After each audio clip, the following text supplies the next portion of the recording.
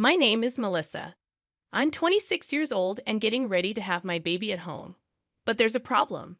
My mother-in-law doesn't seem to like me much. She says mean things about me to my husband when she thinks I can't hear. She says I'm not nice, not helpful, don't make money, and have no good qualities. I wanted to tell her off, but I'm pregnant and don't want to make things worse. So I just try to ignore her negativity and focus on taking care of myself and the baby. I'm really excited to meet my baby soon. So while I'm waiting, I take walks and talk to my belly every day. It's a happy time for me. But then my mother-in-law shows up unexpectedly and stays for too long. She complains about everything, like the food and the baby's room. Finally, my baby is born safely, and even though things are busy, I enjoy raising her in my cheerful childhood home. I tell my husband that I'll be back at his place next weekend, but secretly, I wish I could stay home a little longer.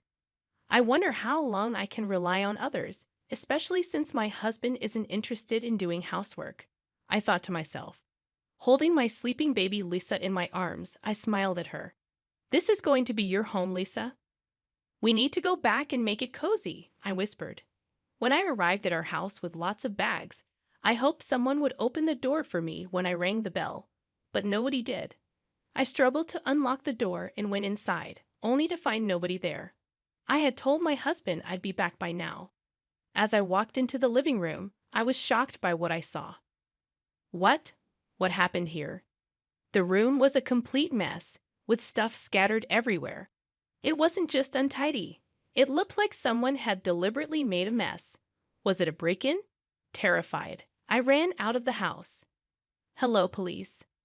I just got back from having my baby, and my house is a disaster, I said shakily into the phone, while my peacefully sleeping baby began to cry, adding to my panic. A neighbor passing by noticed our distress and kindly invited us to rest at their house. They helped me calm down from the shock and fear. After giving my daughter some milk, she fell back asleep. Soon, we heard police sirens, and I went back to my house with the neighbor by my side. The front door was still locked. I was too scared to go in after seeing the living room, so I hadn't checked the other rooms. When I explained this to the police, they commended me for being cautious. They explained that encountering a burglar can be dangerous, so it's safer to stay outside and wait for them to arrive. I hadn't thought about that in my rush, but the idea scared me now. As I finished explaining, a voice full of uncertainty spoke up. What's going on? Why are the police here? It was my mother-in-law. It's a bad situation, mother-in-law. Our house has been ransacked, and we suspect it was a burglary. The police are here to investigate. I explained before she could interrupt. I felt a sharp sting on my cheek as my mother-in-law slapped me hard. My vision blurred from the shock, and amidst the chaos of neighbors and police, I instinctively held my sore cheek. My mother-in-law's face was flushed red with anger as she yelled at me, accusing me of being shameless for calling the police about a burglary. I was stunned, unable to understand why she was so furious, especially with the pain in my cheek throbbing. A neighbor tried to intervene, explaining that calling the police was the right thing to do and it's their job to investigate, but she wouldn't listen. She went on to scold me for leaving my husband alone and going back to my parents' house during childbirth. She said I was useless if I wasn't at home doing housework. And now, she was upset that I had caused a scene by calling the police. Even though everyone around tried to reason with her and tell her it wasn't my fault, she wouldn't listen. As I tried to make sense of it all, I realized something strange. Despite our house possibly being burgled, she didn't seem concerned about any losses, and even though it was the first time she was meeting her grandchild, she didn't show any interest. Why? Everyone around me didn't seem to agree with what I was saying. That's not the point. How can you accuse me without even saying sorry?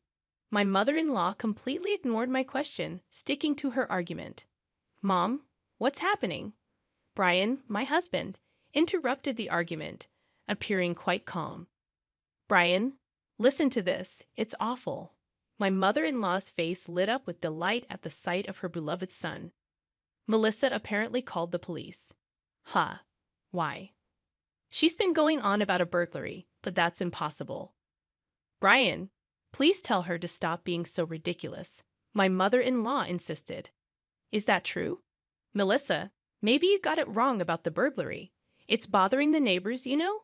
And the police have other things to deal with, so let's send them away soon. Brian said, trying to calm things down. What? I was shocked, but for a different reason this time. Not only was my mother-in-law against me, but now my husband, Brian, seemed to be too. I couldn't believe he would say something like that. Wait, Brian, our house isn't just messy. The police are still investigating. We don't know for sure if it was a burglary yet, but something is definitely off about the state of the house. We're about to check if anything's missing and file a report. No, absolutely not. Brian interrupted me with a raised voice. But why? The conversation was becoming more confusing by the moment. I felt lost, and tears began to fill my eyes. I came back here, and nobody was here, and the room was a mess. I didn't know what happened, and I was scared. Unable to hold back my sobs, I found comfort in the embrace of a neighbor, their warmth making me cry even more. Yet in front of me, both my mother-in-law and husband seemed irritated and simply stared at me. Why? Why won't you understand? My heartache seemed to affect my daughter too, as she woke up crying. This only seemed to annoy my mother-in-law and husband even further. With the kindness of the neighbors and the concerned look of the police, I ended up spending the night at a neighbor's house. Stolen things? I don't know. Melissa's just overreacting. Let's go inside, my mother-in-law said, while my husband added, yeah, Melissa, calm down. They didn't seem to care about the mess and quickly went inside after the police finished their investigation. I didn't think he was like that, I thought, standing in front of the closed door, recalling my husband's words. My mom still treats me like a child, and it's annoying. I usually just go along with her to avoid conflict, but it's really a hassle. Despite his complaints, though, I couldn't stay outside forever. After apologizing repeatedly, I ended up spending the night at my neighbor's house. Mom needs to be strong. I'll do my best, I whispered to my daughter, who was finally falling asleep despite being fussy. The next day, when I returned home, my mother-in-law and husband were there. Did you really stay here last night with everything in such a mess? The living room was somewhat tidied up for them to sit, but it looked no different from the day before. I had checked the other rooms with the police, and it seemed like things had been thrown out of storage in all of them. The mess was everywhere. Despite always complaining about my cleaning, my mother-in-law had stayed in the house in that condition, and she hadn't lifted a finger to clean up. She just sat there, looking unhappy. What do you mean? Did you really? I felt sorry for Brian, who was abandoned by his wife, so I couldn't go home. Her words hit me, and I responded, "It's not that I left. It's that you didn't listen to what I was saying." What? How dare you speak like that? My mother-in-law's face quickly turned angry. Brian jumped in and stopped making a big deal out of the burglary. Have you calmed down now? He said it in a way that irritated me, and something inside me snapped. You're right. It's not like we were burgled, huh? I was surprised by how calm my voice sounded, but Brian didn't react to my anger. He just smirked a little. Finally realized it, huh? Yeah, you were overreacting about the burglary. Anyway, start cleaning up, Brian said as if it was someone else's problem. And my mother-in-law looked smug. Cleaning and taking care of the house are a wife's duties, aren't they? My mother-in-law said this in a sickeningly sweet tone, as if talking to a pet. What? I'm not cleaning up. It's your mess, so you should clean it, I said, feeling belittled by them. What? How dare you? As expected, they didn't like my response. You're such a terrible wife. Get to work. My mother-in-law snapped at me, clearly annoyed.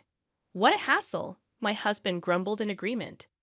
I handed them the divorce papers I had prepared and filled out first thing in the morning. I want a divorce, I said firmly. My husband blinked, looking surprised. That's right. I want a divorce right now, I declared firmly. In that instant, my mother-in-law grabbed the divorce papers and melodramatically lamented, "Oh, poor Brian, being treated like this is so awful," as she hugged my husband's head. "Such a big baby, aren't you?" Ida tried to bite my tongue, but my true feelings slipped out. "What did you just say, Melissa?" The two of them were so furious they seemed ready to explode, but I wasn't going to back down. "Did you not hear me? Or are you pretending not to understand, Brian? Divorce. Sign the papers now." I knew it was petty. I knew I shouldn't stoop to their level, but I didn't care at that point. "Stop joking around and apologize." Enraged, they pushed me to the ground, pinning me down. "Apologize now." Brian's strength made it difficult to breathe, and tears filled my eyes. "Melissa, let go of my daughter right now." My saviors were my parents rushing to my rescue.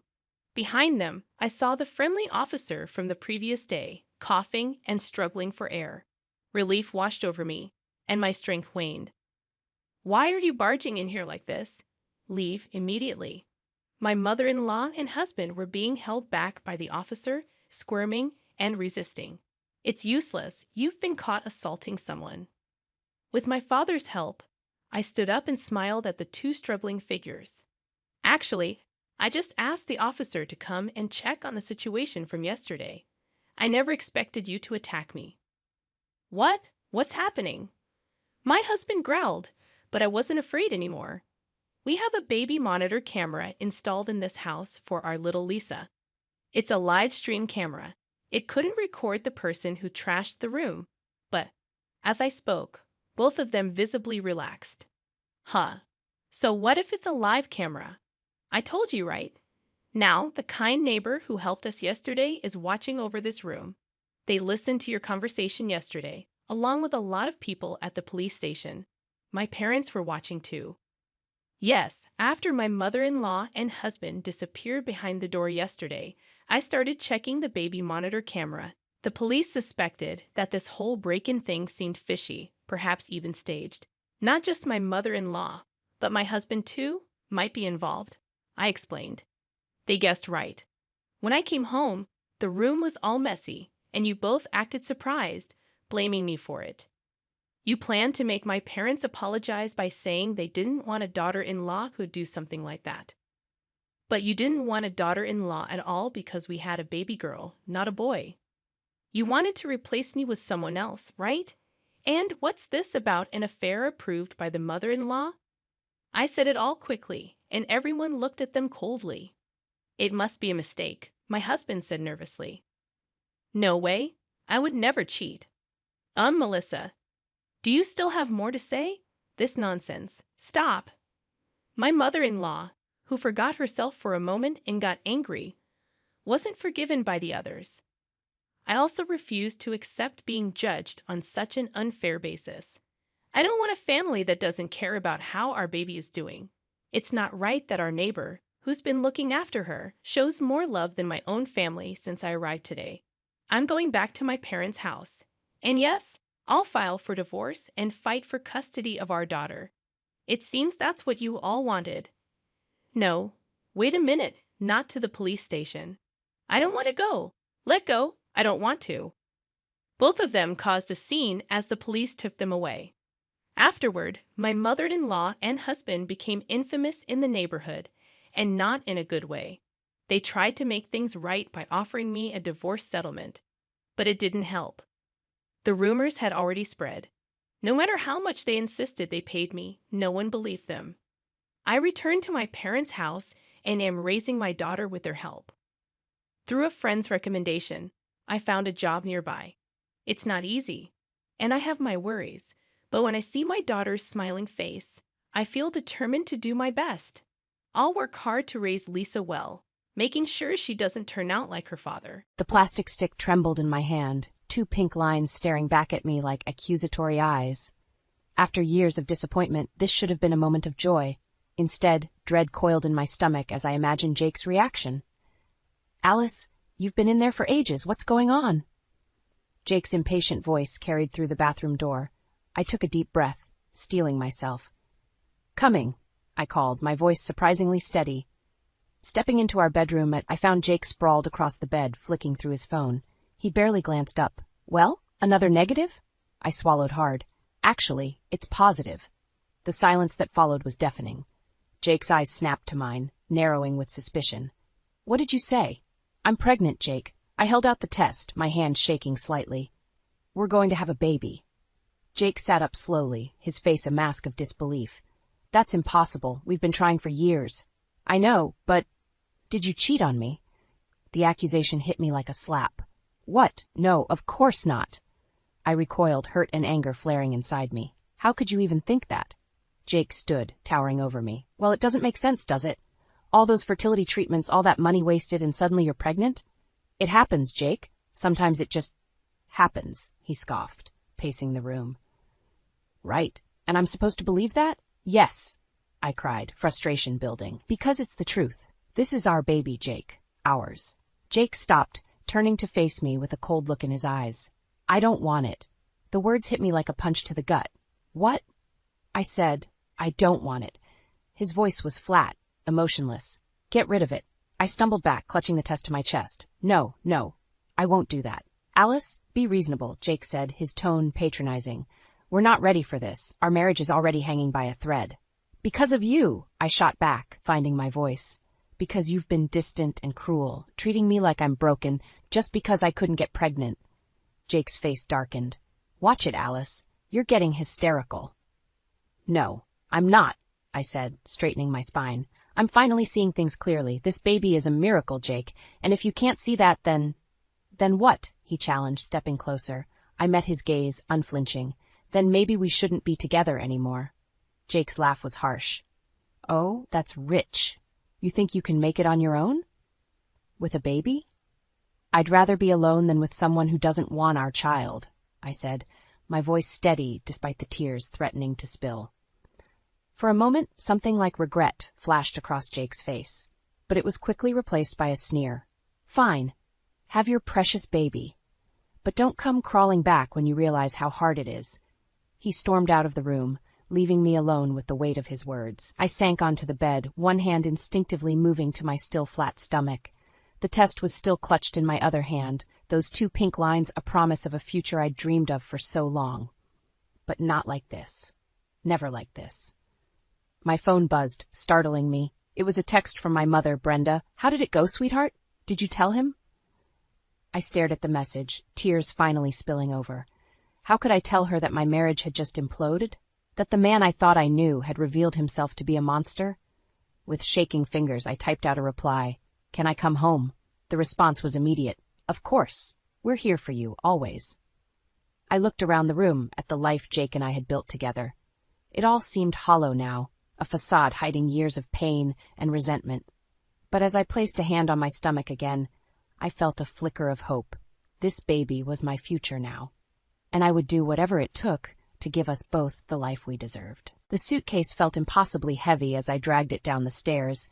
Each step was a battle against gravity and my own doubts. Was I really doing this? Leaving everything I'd known for the past decade? Where do you think you're going? Jake's voice, cold and mocking, froze me in place. I turned, my hand instinctively moving to protect my stomach. I'm leaving, Jake. I can't stay here anymore. He leaned against the doorframe, arms crossed. And where exactly are you planning to go? Back to Mommy and Daddy? The condescension in his tone sparked a fire in me. Yes, actually. At least they'll support me and this baby. Jake's laugh was cruel. Support you? Alice, you're 40 years old. You really think you can start over now? As a single mother? I lifted my chin, meeting his gaze. Watch me.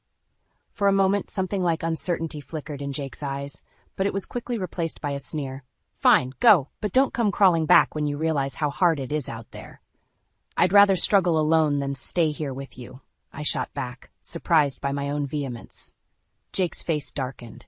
He took a step towards me, and I instinctively backed away, bumping into the wall. You ungrateful bitch, he hissed. After everything I've done for you. Done for me? I interrupted, anger overriding my fear. You mean like blaming me for our fertility issues? Treating me like I was broken? Making me feel worthless? Jake's hand shot out, gripping my arm painfully. I gave you everything, Alice. A home, a life. Let go of me, I said, my voice low and dangerous. Now. For a tense moment, I thought he might hit me. But then he released me, stepping back with a look of disgust. Get out, and don't bother trying to come back. You're on your own now. I didn't hesitate. I grabbed my suitcase and headed for the door, my heart pounding. As I reached for the handle, Jake called out, "You'll regret this, Alice. You're nothing without me." I paused, turning to face him one last time. No, Jake, I was nothing with you, but not anymore. With that, I stepped out into the crisp morning air, closing the door on 10 years of my life. My hands were shaking as I fumbled with my phone, dialing my mother's number. Alice? Brenda's voice was thick with sleep. Honey, what's wrong? Mom? I choked out, tears finally spilling over. Can you come get me? I left Jake. There was a sharp intake of breath. Oh, sweetheart, of course. Your father and I will be there as soon as we can. Where are you? I looked around, realizing I had no idea where to go. I'm still outside the house. I don't know where. No, Brenda interrupted firmly. Don't stay there. Go to the diner on Main Street. You remember Diane? She'll look after you until we get there. Relief washed over me. Okay, I can do that. We'll be there soon, Alice. I love you. I love you too, Mom. As I ended the call, I noticed a curtain twitching in the upstairs window. Jake was watching me, his expression unreadable. I squared my shoulders and turned away, dragging my suitcase down the driveway. Each step felt like a small victory, carrying me further from the life I'd known and closer to an uncertain future. But as I walked, I felt a flutter in my stomach, so faint I might have imagined it. My hand moved to rest there, a small smile tugging at my lips despite everything. It's just you and me now, little one, I whispered. But we're going to be okay, I promise. As I rounded the corner, leaving my old life behind, I felt a mix of terror and exhilaration. I had no idea what the future held, but for the first time in years, I felt truly alive. Whatever came next, I would face it head-on, for myself and for the tiny life growing inside me. The familiar creak of my childhood bedroom door jolted me awake. For a moment, I forgot where I was, panic rising in my throat. Then I saw my mother's silhouette in the doorway, and reality came crashing back. Alice, honey, are you awake? Brenda's voice was soft, tentative. I pushed myself up, wincing at the wave of nausea that hit me. Yeah, Mom, I'm up. She stepped into the room, concern etched on her face. How are you feeling? Like I've been hit by a truck, I admitted, managing a weak smile. But I'll live. Brenda sat on the edge of the bed, her hand finding mine. Your father's making breakfast. Think you can stomach some toast? The thought of food made my stomach churn, but I nodded. I'll try. As we made our way downstairs, the smell of coffee and bacon hit me like a wall. I stumbled, gripping the banister. Alice? My father's worried voice carried from the kitchen. I'm okay, I called back, taking deep breaths. Just morning sickness. I entered the kitchen to find my father, Michael, standing at the stove, spatula in hand. His eyes widened as he took in my appearance. Good Lord, sweetheart, you look terrible. Thanks, Dad, I said dryly, sinking into a chair. Just what every woman wants to hear. He had the grace to look sheepish. I'm sorry, Are you sure you're all right? I nodded, accepting the glass of water my mother handed me. I will be. It's just a lot to process. Michael turned off the stove, joining us at the table. For a moment we sat in uncomfortable silence. Then he cleared his throat. Alice, we need to talk about what happens next. I tensed, bracing myself. What do you mean? Well, he began, exchanging a glance with my mother. You can't stay here forever. You need a plan. Michael, Brenda warned, but he pressed on. No, we need to address this. Alice, you're 40 years old. You're pregnant, unemployed, and, well, let's face it, you've been out of the workforce for years. Each word felt like a blow. I blinked back tears, anger rising to replace the hurt. So what are you saying, Dad, that I should go crawling back to Jake? No, both my parents exclaimed in unison. Of course not, Brenda said firmly. But your father's right about one thing. We need a plan. I slumped in my chair, suddenly exhausted. I know, I don't know where to start. Michael reached across the table, taking my hand. We'll figure it out together, sweetheart. But first things first, we need to get you to a doctor. The thought sent a jolt of panic through me. A doctor? Why? To make sure everything's okay with the baby, Brenda explained gently. And, well, to discuss your options. I recoiled, yanking my hand away. My options? You mean? Alice, Michael said, his voice uncharacteristically gentle, we just want to make sure you've considered everything. This isn't going to be easy. I know that, I snapped, pushing away from the table. But this baby is all I have left. I'm not giving it up. Brenda stood, approaching me cautiously. No one's asking you to, sweetheart. We just want to make sure you're prepared for what's ahead. I softened slightly, letting her pull me into a hug.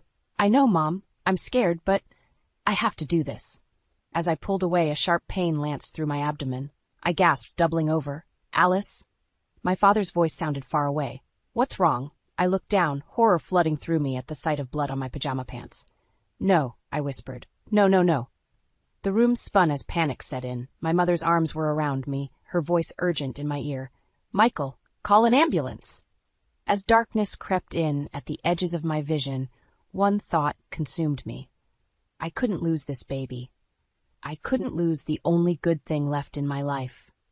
The last thing I heard before unconsciousness claimed me was my father's frantic voice on the phone. Please hurry, my daughter. I think she's losing the baby. The first cry of my newborn son pierced the air, and with it, every doubt and fear I'd harbored over the past months evaporated. Tears streamed down my face as the nurse placed him in my arms, his tiny body warm against my chest. Hello, little one, I whispered, my voice thick with emotion. I'm your mom. My parents crowded around the hospital bed, their faces a mix of joy and relief. The journey here hadn't been easy.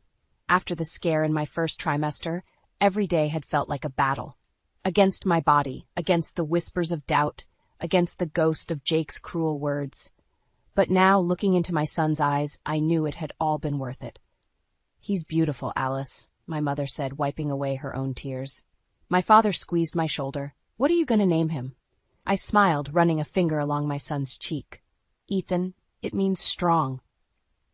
As the days passed and we settled into a routine at my parents' house, the reality of single motherhood began to sink in. Sleepless nights blurred into exhausting days.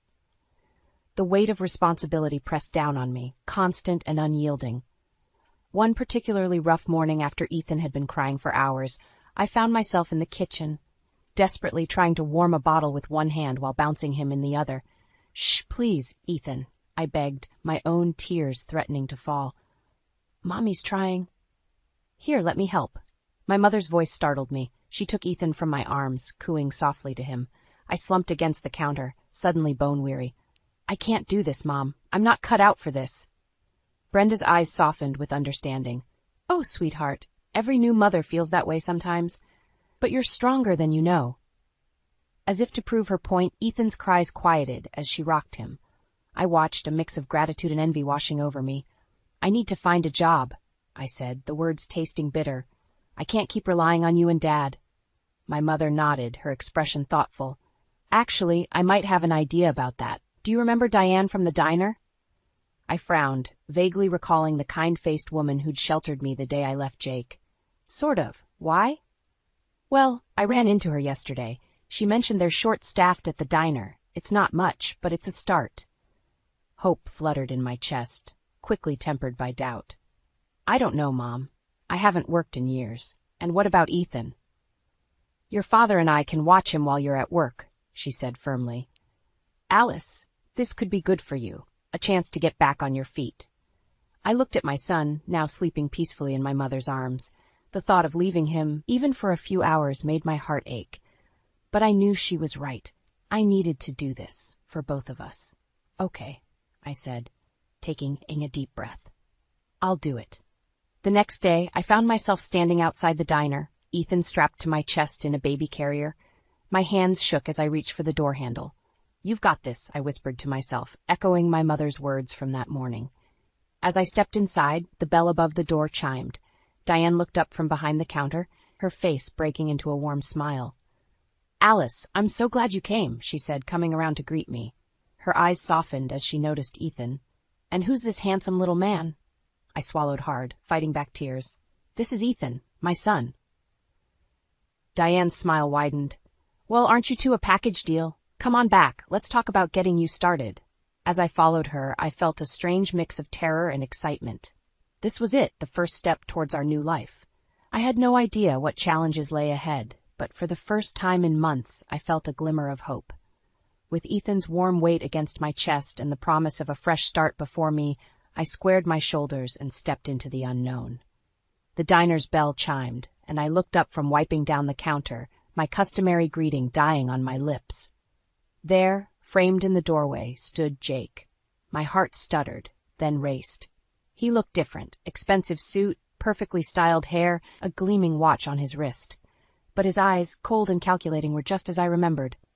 "Well, well," he drawled, sauntering in, "if it isn't my runaway wife." I gripped the counter, willing my voice to remain steady.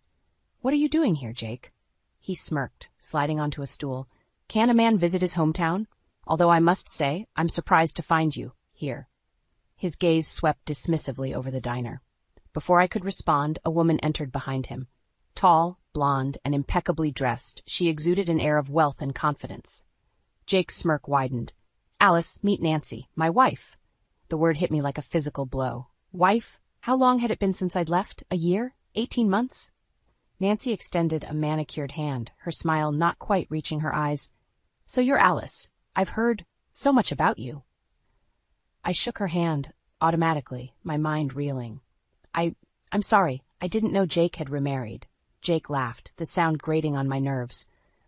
"Oh, there's a lot you don't know, Alice. For instance, did you know that while you were off playing house with Mommy and Daddy, I sold the company, made quite a tidy profit, too?" The implications of his words sank in slowly. The company we'd built together, the one I'd walked away from when I left him, he'd sold it without a word to me. "You had no right," I hissed, anger replacing shock. Jake's eyes hardened. "I had every right. You abandoned everything, remember? Including your shares in the company." I opened my mouth to argue, but at that moment, Diane emerged from the kitchen, Ethan in her arms. "Alice, honey, I think someone needs his mama." Jake's gaze snapped to my son, his expression unreadable. "So this is the brat, huh? Doesn't look like much." Red clouded my vision. I snatched Ethan from Diane, cradling him protectively. "Don't you dare talk about my son like that." Nancy laid a hand on Jake's arm, her smile brittle.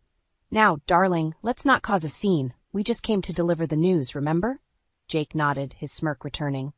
"Right you are, my dear. Alice, we thought you should know we're moving back to town.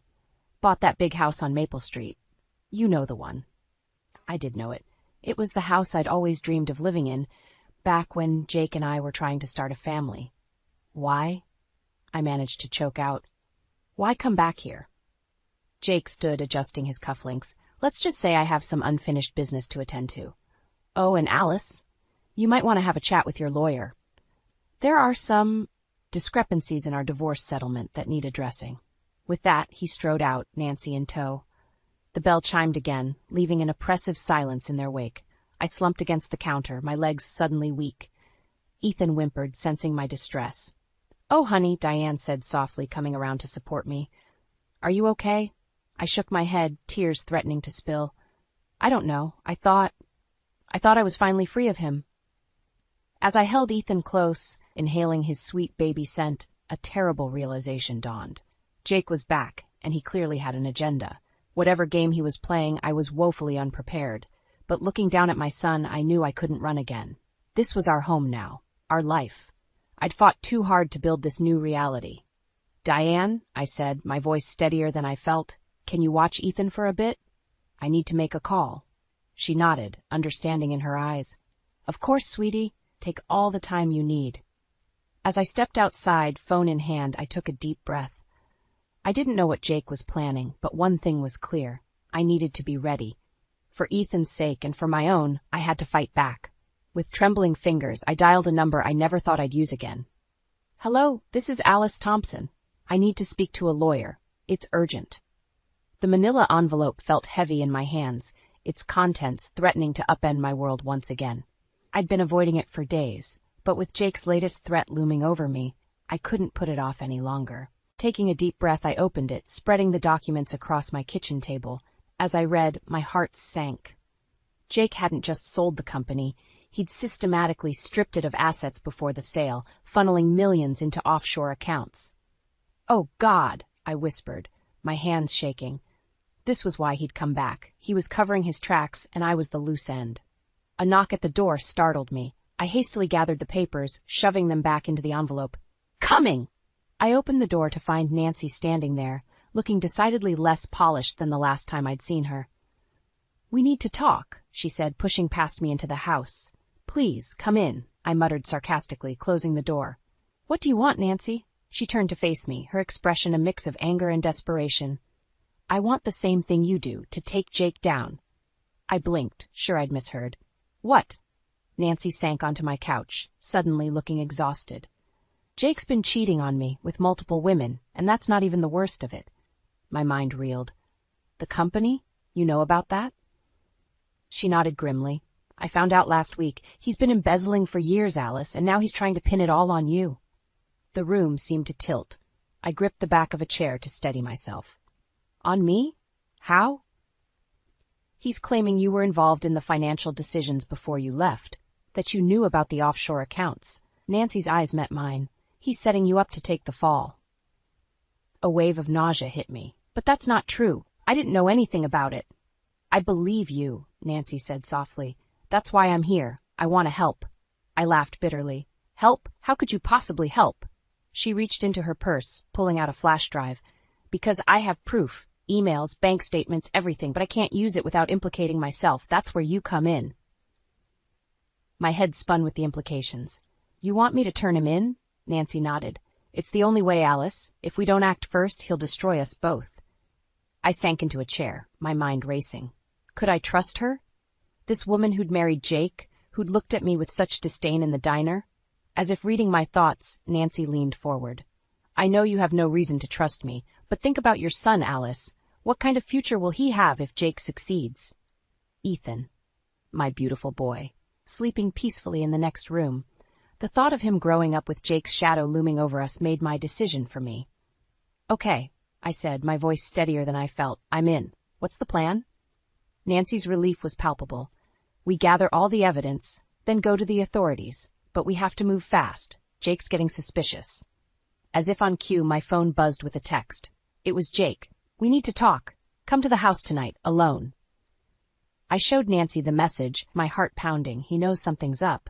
She stood, suddenly all business. This is our chance, Alice. Go to the meeting. Wear a wire. I'll be nearby with the evidence. If we can get him to confess. The enormity of what we were planning hit me. This wasn't just about money anymore. It was about justice, about securing a future for my son, about finally breaking free from Jake's influence once and for all.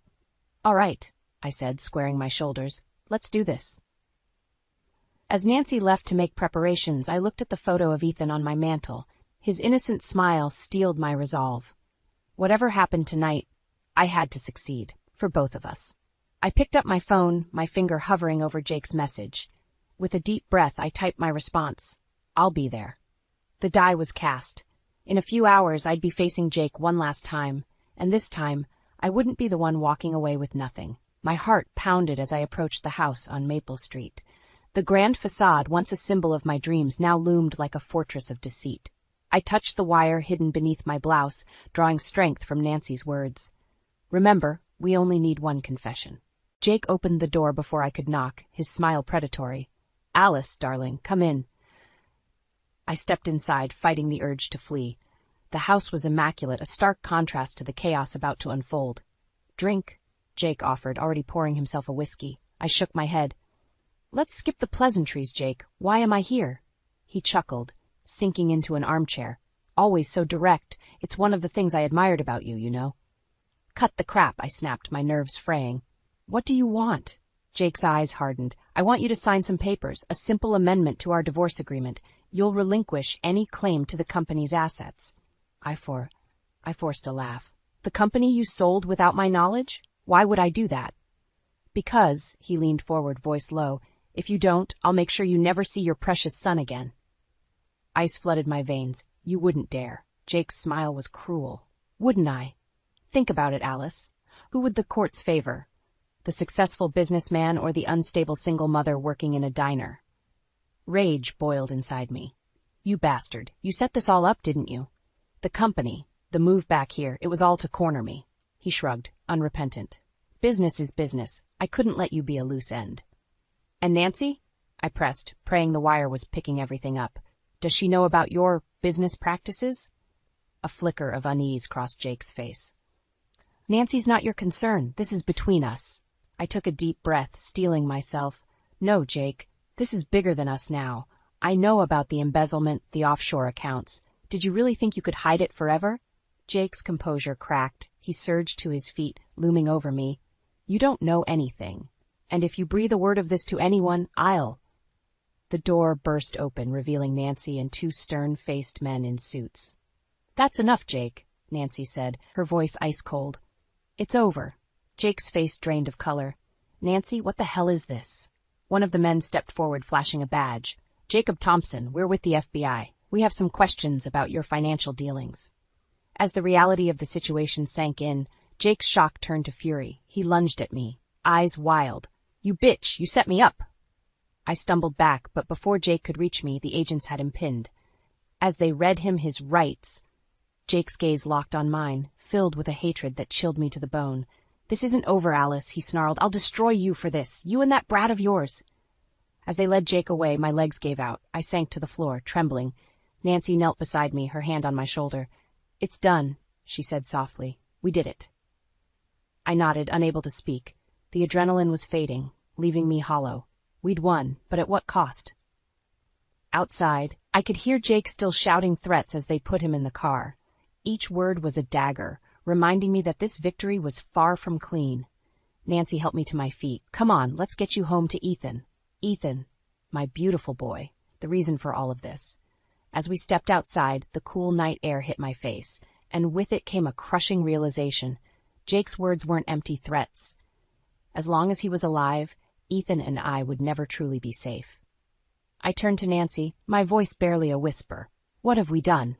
Her eyes met mine, filled with a mix of triumph and fear that mirrored my own. What we had to do, Alice. What we had to do.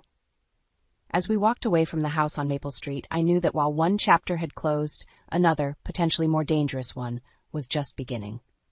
The showdown was over, but the war? It had only just begun. The courtroom buzzed with tension as I took the stand. Jake sat at the defense table, his once impeccable suit now rumpled, his eyes burning with hatred. As I swore to tell the truth, I caught Nancy's encouraging nod from the gallery. Mrs. Thompson, the prosecutor began, please tell the court about your ex-husband's financial activities during your marriage. I took a deep breath, steeling myself. Jake, Mr. Thompson, systematically embezzled funds from our company, hiding millions in offshore accounts. Jake's lawyer objected, but the judge overruled him. As I continued my testimony, detailing years of financial abuse and manipulation, I watched Jake's facade crumble. His smug confidence gave way to panic, then fury. When it was the defense's turn for cross-examination, Jake's lawyer tried to paint me as a scorned woman out for revenge. But I held my ground, my voice steady as I recounted the emotional abuse, the gaslighting, the threats against our son. And why should the court believe you now? The lawyer sneered. I looked directly at Jake as I answered. Because I'm not afraid anymore. I have nothing left to lose and everything to gain by telling the truth. As I stepped down from the stand, I felt a weight lift from my shoulders. Whatever happened now, I'd done my part. The truth was out. The verdict came swiftly. Guilty on all counts. As the judge read out Jake's sentence, 15 years in federal prison, I watched the man who had once terrorized me crumble before my eyes. But it was Jake's final outburst that truly marked the end. As they led him away, he lunged towards me, spitting venom. This isn't over, Alice. I'll get out. And when I do... No, Jake, I interrupted, my voice calm. It is over. You have no power over me anymore. As the courtroom doors closed behind him, I felt a hand on my shoulder. I turned to find Nancy, tears in her eyes. We did it, she whispered. I nodded, my own eyes welling up. We did. Outside the courthouse, reporters clamored for statements, but all I wanted was to get home to Ethan. As Nancy and I pushed through the crowd, I spotted a familiar face, Diane from the diner, beaming with pride. You did good, honey, she said, pulling me into a hug. Now, let's get you home to that boy of yours. The drive back to my parents' house was a blur. As we pulled up, I saw my mother on the porch, Ethan in her arms. The sight of my son, safe, loved, free from Jake's shadow, brought fresh tears to my eyes. I scooped Ethan into my arms, breathing in his sweet baby scent. It's over, little one, I whispered. We're safe now. As we gathered in the living room, my parents, Nancy, Diane, and Hank, who'd closed the diner to be here, I looked around at this unlikely family we'd formed. Each person had played a part in getting us to this moment. I don't know how to thank you all, I began, my voice thick with emotion, but Diane cut me off with a wave of her hand. You don't need to thank us, honey. You did this. You found the strength to stand up to him, to protect your boy. We're just glad we could help. Nancy nodded in agreement. Alice, you gave me the courage to face the truth about Jake. If anyone should be thanking someone, it's me thanking you. As the evening wore on, filled with quiet celebration and plans for the future, I felt a sense of peace I hadn't known in years. Jake was gone, but more importantly, the fear he'd instilled in me was gone too. Later, as I tucked Ethan into bed, I made him a promise. You'll never have to be afraid, my love. Mommy will always protect you. Looking down at my sleeping son, I realized that this moment, this love, was what I'd been fighting for all along. Not revenge, not justice, but the chance to give Ethan the life and love he deserved. As I closed Ethan's door, I caught sight of my reflection in the hallway mirror. The woman staring back at me was stronger, wiser, and more whole than she'd ever been. For the first time in years, I smiled at my reflection. The past was behind us now. The future, bright, hopeful, and ours alone, was waiting. The shattered wine glass at my feet mirrored my fractured world. I stood frozen in the doorway of our bedroom, my eyes fixed on the tangled sheets and intertwined bodies of my husband Jason and my younger sister Mia. Lila! Jason bolted upright, his face a mask of shock and guilt. This isn't, Mia scrambled to cover herself, her eyes darting between Jason and me. Sis, I can explain. Don't. My voice was ice. Don't you dare call me that. I turned on my heel, my mind reeling as I stumbled down the stairs. The sound of frantic footsteps and hushed arguing followed me. Lila, wait! Jason's voice called out, closer now. Please, let's talk about this. I whirled around at the bottom of the stairs, my anger finally finding its voice. Talk? You want to talk now? After I catch you in bed with my sister? Jason reached for me, but I jerked away. Don't touch me, I hissed. Mom? My daughter Alice's concerned voice came from the living room. What's going on? I looked at my beautiful, perceptive 17-year-old, her brow furrowed with worry. How could I shield her from this mess? Nothing, sweetie, I lied, my voice trembling. Just a misunderstanding. Bullshit, Alice said, her eyes narrowing as she took in the scene. Me, shaking with rage, and her father wearing nothing but hastily donned sweatpants. Mia chose that moment to appear, wrapped in Jason's robe. Alice's eyes widened in understanding, that then hardened with disgust. How could you? She spat at her father and aunt. Jason ran a hand through his disheveled hair. Alice, honey, it's complicated. No, it's not, I cut in, finding strength in my daughter's presence. It's actually very simple. Your father and your aunt betrayed us both. Mia stepped forward, her eyes pleading. Lila, please, we never meant for this to happen. It just did. I laughed bitterly. Things don't just happen, Mia. You make choices, and you two made the choice to destroy our family. That's not fair, Jason protested weakly. Fair? I advanced on him, my voice rising. You want to talk about fair? Was it fair when you promised to love and cherish me till death do us part? Was it fair when you welcomed my sister into our home, knowing full well what you were doing behind my back? Alice moved to stand beside me, her hand finding mine and squeezing it tight. Mom's right, she said, her voice steady. You don't get to play the victim here, Dad. Jason's face crumpled. I'm sorry. I'm so sorry. But his words were hollow, and we all knew it. 23 years of marriage, and this was what it had come to. Apologies that meant nothing, and a family torn apart by betrayal. I want you both out, I said, my voice low and dangerous. Now. Lila, please, Mia begged. Where am I supposed to go? That's not my problem anymore, I replied coldly. You should have thought about that before you climbed into bed with my husband. Jason reached for me again, his eyes desperate. Lila, we can work through this. We can go to counseling. There is no we anymore, Jason. I cut him off. Get out of my house. As Jason and Mia retreated upstairs to gather their things, I sank onto the couch, the weight of what had just happened finally hitting me. Alice sat beside me, her arm around my shoulders. What are we going to do now, Mom? She asked softly. I took a deep breath, trying to steady myself. I don't know, sweetheart, but we'll figure it out together. As I heard Jason and Mia's footsteps on the stairs, a cold determination settled over me. They thought they could walk all over me, destroy everything I held dear. But they had no idea what I was capable of. This wasn't over. Not by a long shot. I stood up, straightening my spine. Alice, call Aunt Brenda. Tell her we need her help. My daughter nodded, a glimmer of understanding in her eyes. As she reached for her phone, I steeled myself for the confrontation to come.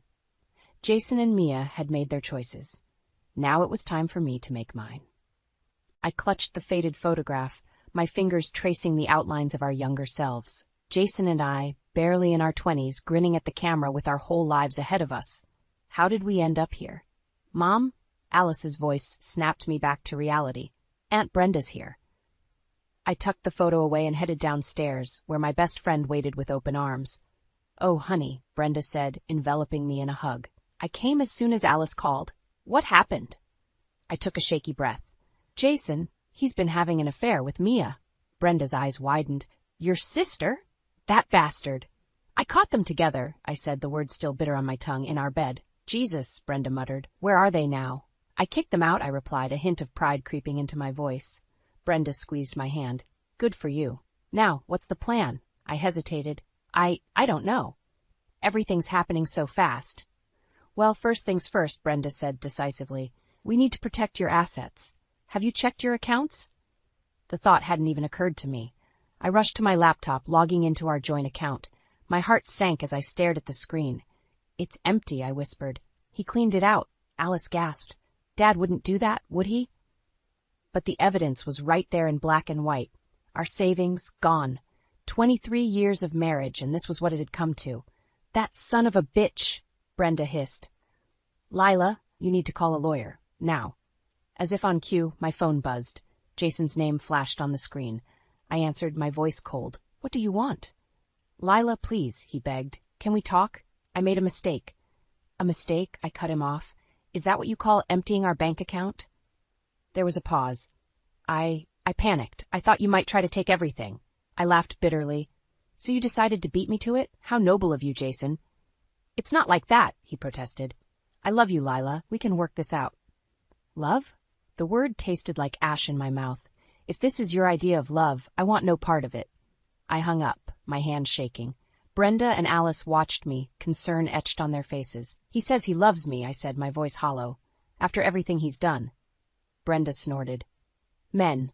They think I love you is some magic phrase that fixes everything. Alice sat beside me, her young face serious. Mom, what are we going to do about money? Reality crashed down on me. With our savings gone and my part-time job at the library, how would we manage? We'll figure it out, I said, trying to sound more confident than I felt. I'll pick up extra shifts, maybe look for a better-paying job. I can get a job too, Alice offered, to help out. My heart swelled with love for my daughter. No, sweetheart, you focus on school. I'll handle this. Brenda cleared her throat. Actually, I might have a solution. My company's looking for a new office manager. The pay's good, and I could put in a good word for you. Hope flickered in my chest. Really? Brenda, that would be amazing. It's the least I can do, she said, squeezing my hand. We'll get through this together. As we started discussing the details, my phone buzzed again. This time it was Mia. Lila, please, she sobbed. I'm so sorry. Can we talk?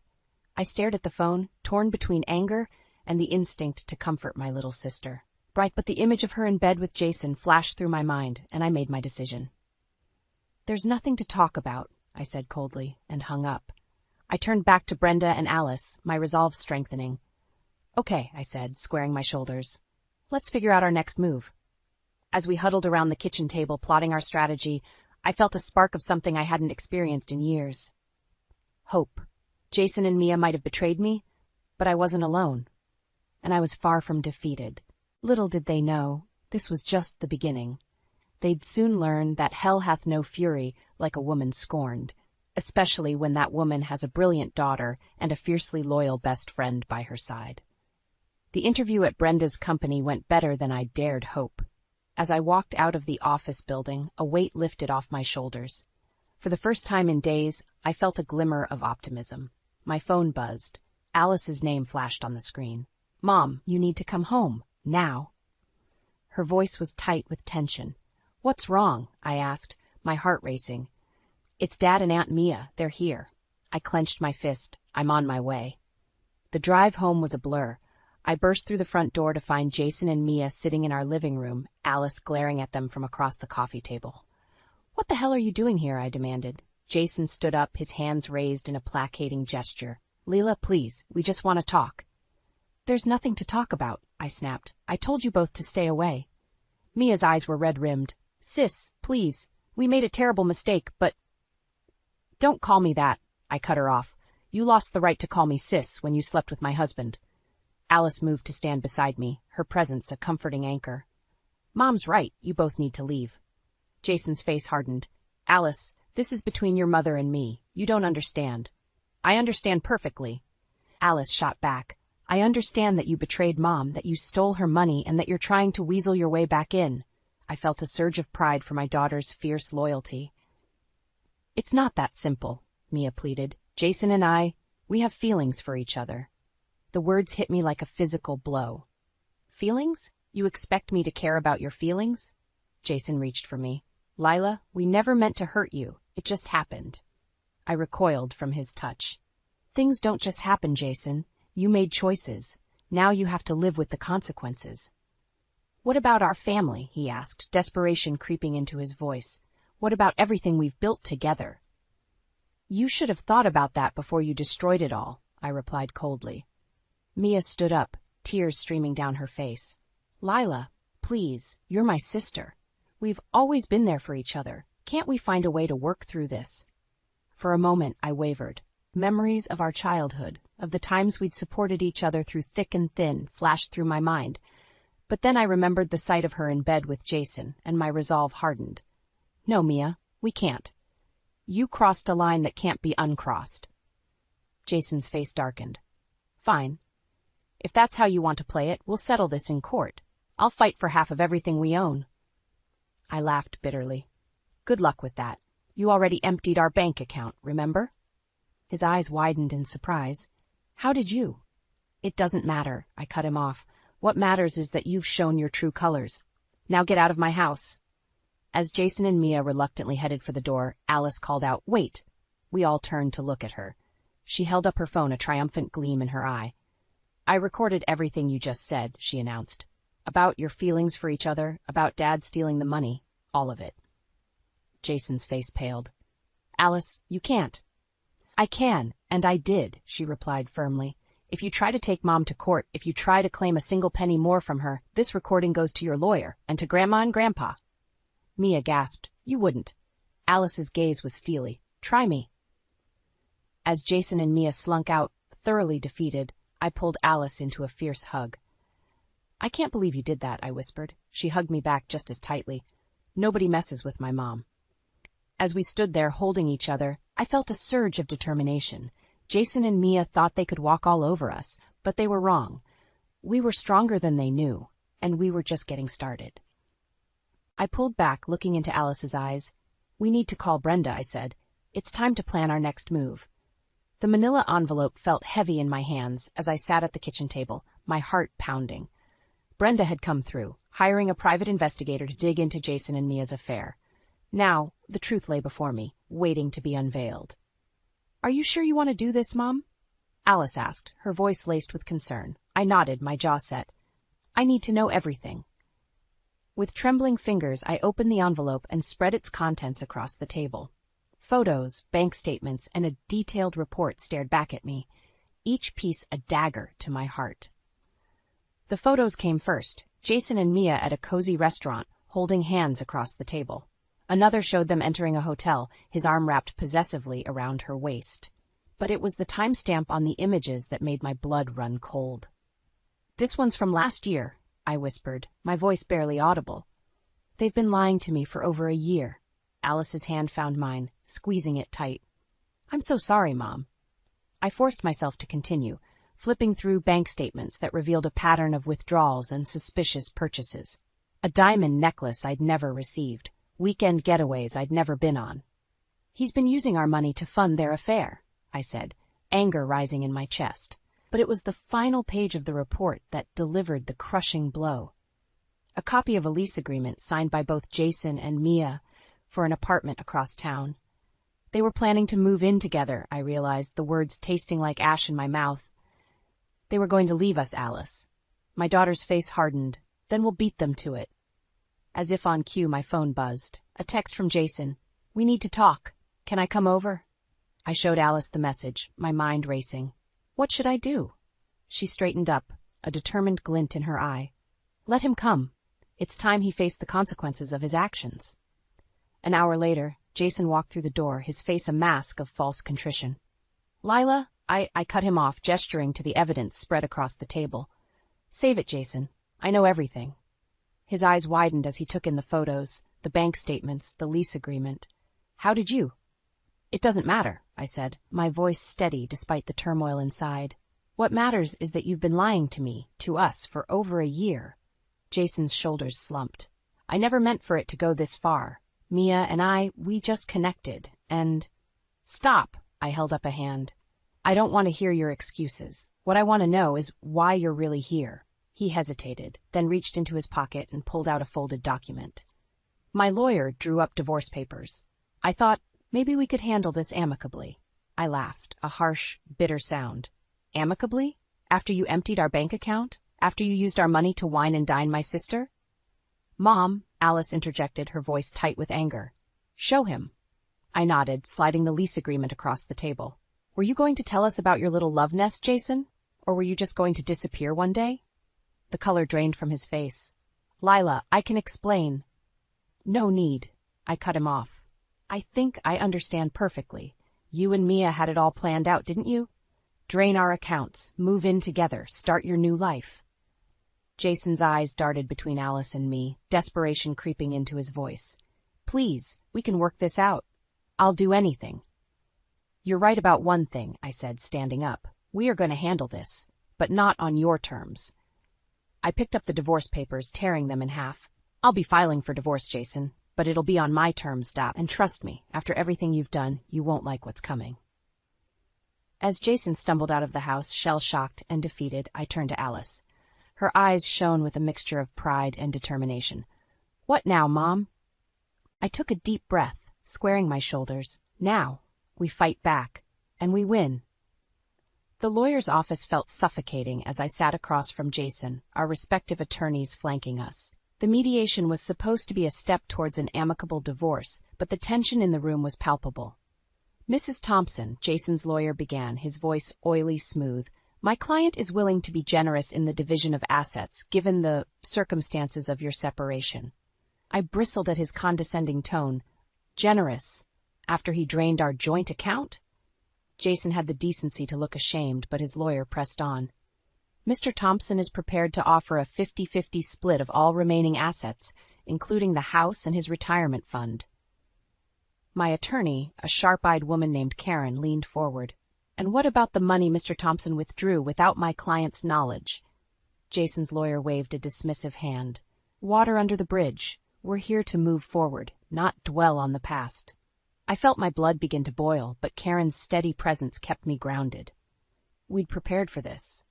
Actually, Karen said, sliding a folder across the table, we have some concerns about Mr. Thompson's financial disclosures.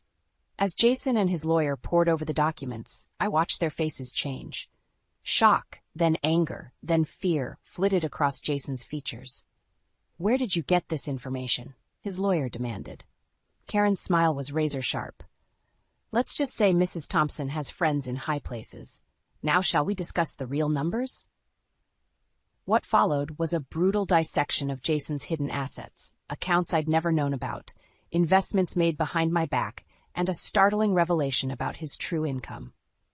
You've been hiding money for years, I said, my voice barely above a whisper. All those times you said we couldn't afford things for Alice, for our future.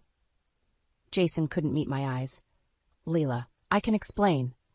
Save it, I snapped. I think you've done enough talking. As the meeting dragged on, the full extent of Jason's deception became clear. He'd been squirreling away money for years, building a nest egg I'd known nothing about, and now he wanted to claim half of our visible assets on top of it all. This changes everything, Karen said as we left the office. With this evidence, we can push for a much more favorable settlement. I nodded, my mind reeling. What's our next move? We go on the offensive, she replied. File for divorce immediately, citing financial infidelity along with the affair. we'll freeze all assets and demand a full accounting. As I drove home, my emotions warred within me. Anger at Jason's betrayal, fear for our financial future, and a growing determination to come out on top. Alice was waiting when I arrived, her face anxious. How did it go? I sank onto the couch, suddenly exhausted. Your father's been lying about more than just the affair. He's hidden money from us for years. Her eyes widened. What are we going to do? Fight, I said, my resolve strengthening. We're going to fight with everything we've got. Just then my phone buzzed. A text from Mia. Please, can we talk? There's something you need to know. I stared at the message, torn between curiosity and lingering anger. What more could she possibly have to say? Mom? Alice's voice pulled me back. What is it? I showed her the text, watching as her brow furrowed. Are you going to meet her? I hesitated, weighing my options. On one hand, Mia had betrayed me in the worst possible way. On the other, if she had information that could help our case against Jason, I think I have to, I said finally. But I'm not going alone. Will you come with me? Alice nodded, her jaw set in determination. Of course, we're in this together. As we prepared to face Mia, I felt a strange mix of dread and anticipation. Whatever she had to say, I knew it would change everything. But for better or worse, I was ready. Jason and Mia had underestimated me for the last time. Now it was my turn to show them what I was truly capable of. The cafe bustled around us, but I barely noticed the noise. My eyes were fixed on Mia, who sat across from me, fidgeting with her coffee cup. Alice sat beside me, a silent pillar of support. I'm glad you came, Mia said, her voice barely above a whisper. There's something you need to know about Jason. I steeled myself. What is it? Mia took a deep breath. He's been embezzling from his company. That's where all the extra money has been coming from. The world seemed to tilt on its axis. What? How do you know this? He told me, Mia admitted, shame coloring her cheeks. He said it was to build a better life for us. But Lila, I think he's in deep trouble. The company's starting to investigate. My mind raced. This changed everything, not just for our divorce, but for Jason's entire future. And by extension, Alice's. Why are you telling me this now? I demanded, Mia's eyes filled with tears. Because I realized what a horrible mistake I've made. Jason, he's not the man I thought he was, and I've ruined everything for a lie. Part of me wanted to reach out to comfort my little sister, but the wound was still too raw. You're right, I said coldly. You have ruined everything, but thank you for telling me. As we left the cafe, Alice grabbed my arm. Mom, what are we going to do? I squared my shoulders. We're going to see Brenda. Now. An hour later, we sat in Brenda's living room, laying out everything we'd learned. Her face grew grimmer with each revelation. Lila, honey, this is serious, she said. If Jason goes down for embezzlement, it could affect you and Alice too. They might try to seize assets, even if they're in your name. Panic clawed at my throat. What can we do? Brenda leaned forward, her eyes intense. I have a friend in the DA's office. If we move fast, we might be able to get ahead of this. But Lila, it means turning Jason in. The weight of the decision pressed down on me. Turn in my husband, the father of my child? But if I didn't, we could lose everything. Mom, Alice said softly, I think we have to do it. Dad made his choices. We shouldn't have to pay for them. I nodded, feeling a strange mix of resolve and heartbreak. You're right. Let's do it. The next few days were a whirlwind. Meetings with lawyers, late-night strategy sessions with Brenda, and tense conversations with Alice about our uncertain future.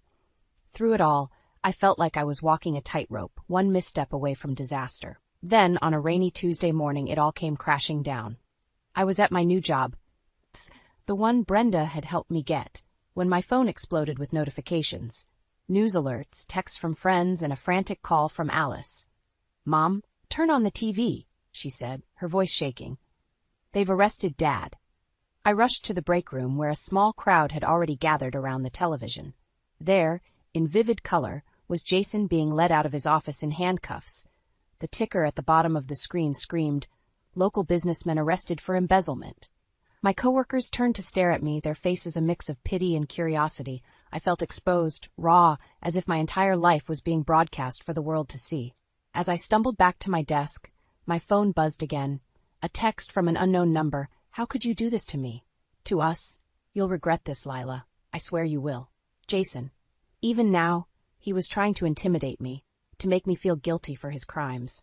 I sank into my chair, overwhelmed by the magnitude of what had just happened. We'd set this in motion, Alice and I. We'd chosen to fight back, to protect ourselves. But as the reality of our new situation settled in, I couldn't help but wonder. At what cost? My hands shook as I picked up my phone to call Alice. Whatever came next, we'd face it together. We had to. Because now, more than ever, we were all we had left.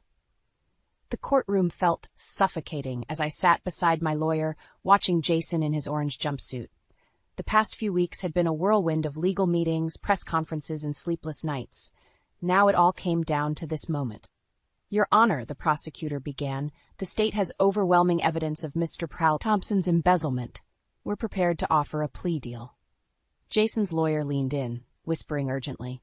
I watched as Jason's face crumpled, then hardened. He nodded once, decisively. Your Honor, his lawyer said, standing, my client wishes to change his plea to guilty. A collective gasp rippled through the courtroom. I felt Alice's hand tighten around mine as the judge accepted the plea and set a date for sentencing. As we left the courthouse, reporters swarmed us.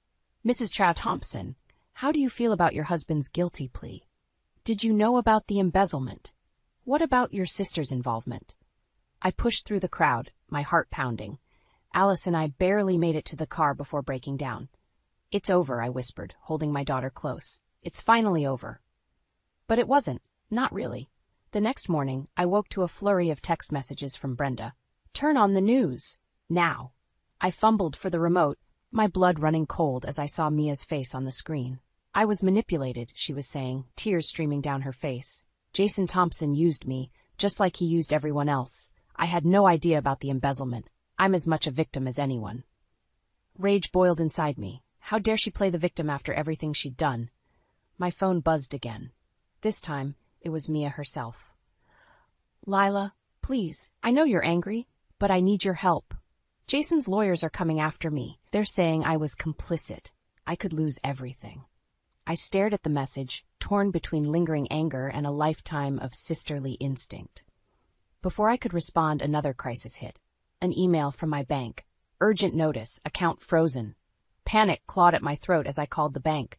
I'm sorry, Mrs. Thompson, the manager said, his voice tinged with pity. It's a court order. All assets connected to your husband are being investigated. I hung up, my mind reeling. Our savings, our future, all of it was in jeopardy. Alice found me an hour later, still staring blankly at my phone. Mom, what's wrong? I looked up at my daughter, so strong, so resilient. How could I tell her that we might lose everything? Our accounts are frozen, I said, my voice barely above a whisper. And Aunt Mia, she's trying to play the victim. Alice's face hardened. We can't let her get away with that. We have proof of her involvement, right? I nodded slowly. But if we use it, it could make things worse for us financially. The courts might see it as us hiding evidence. So what do we do? Alice asked, her voice small. Before I could answer, my phone rang. Jason's lawyer. Mrs. Thompson, he said, his voice oily smooth. My client would like to speak with you. He says he has a proposition that could solve all your problems. I felt a chill run down my spine. What kind of proposition? One that could clear your accounts, keep you out of the investigation, and ensure a comfortable future for you and your daughter. All he asks is that you stand by him publicly. Paint a picture of a loving, supportive wife who knew nothing of his misdeeds. The offer dangled before me, tempting in its simplicity. With one public statement, I could secure our future. But at what cost? I'll think about it, I said, my voice trembling. As I hung up, I caught sight of my reflection in the mirror. The woman staring back at me looked tired, beaten down. But beneath the exhaustion, I saw a flicker of the strength that had gotten me this far. I turned to Alice, my resolve hardening. We're not giving up, I said firmly. Not now, not ever. But as the words left my mouth, I couldn't shake the nagging doubt. In the face of financial ruin, betrayal from all sides, and a future more uncertain than ever, had I finally reached my breaking point? Or would this be the moment that defined who I truly was? The visiting room at the prison felt cold and sterile as I sat across from Jason, his orange jumpsuit a stark reminder of how far we'd fallen. His eyes, once so familiar, now seemed like those of a stranger. Lila, he began, his voice hoarse. Thank you for coming. I need your help. I steeled myself, remembering all the pain he'd caused. What do you want, Jason? He leaned forward, desperation etched on his face. I can't do this. The trial, the sentencing. I need you to speak on my behalf. Tell them I was a good husband, a good father.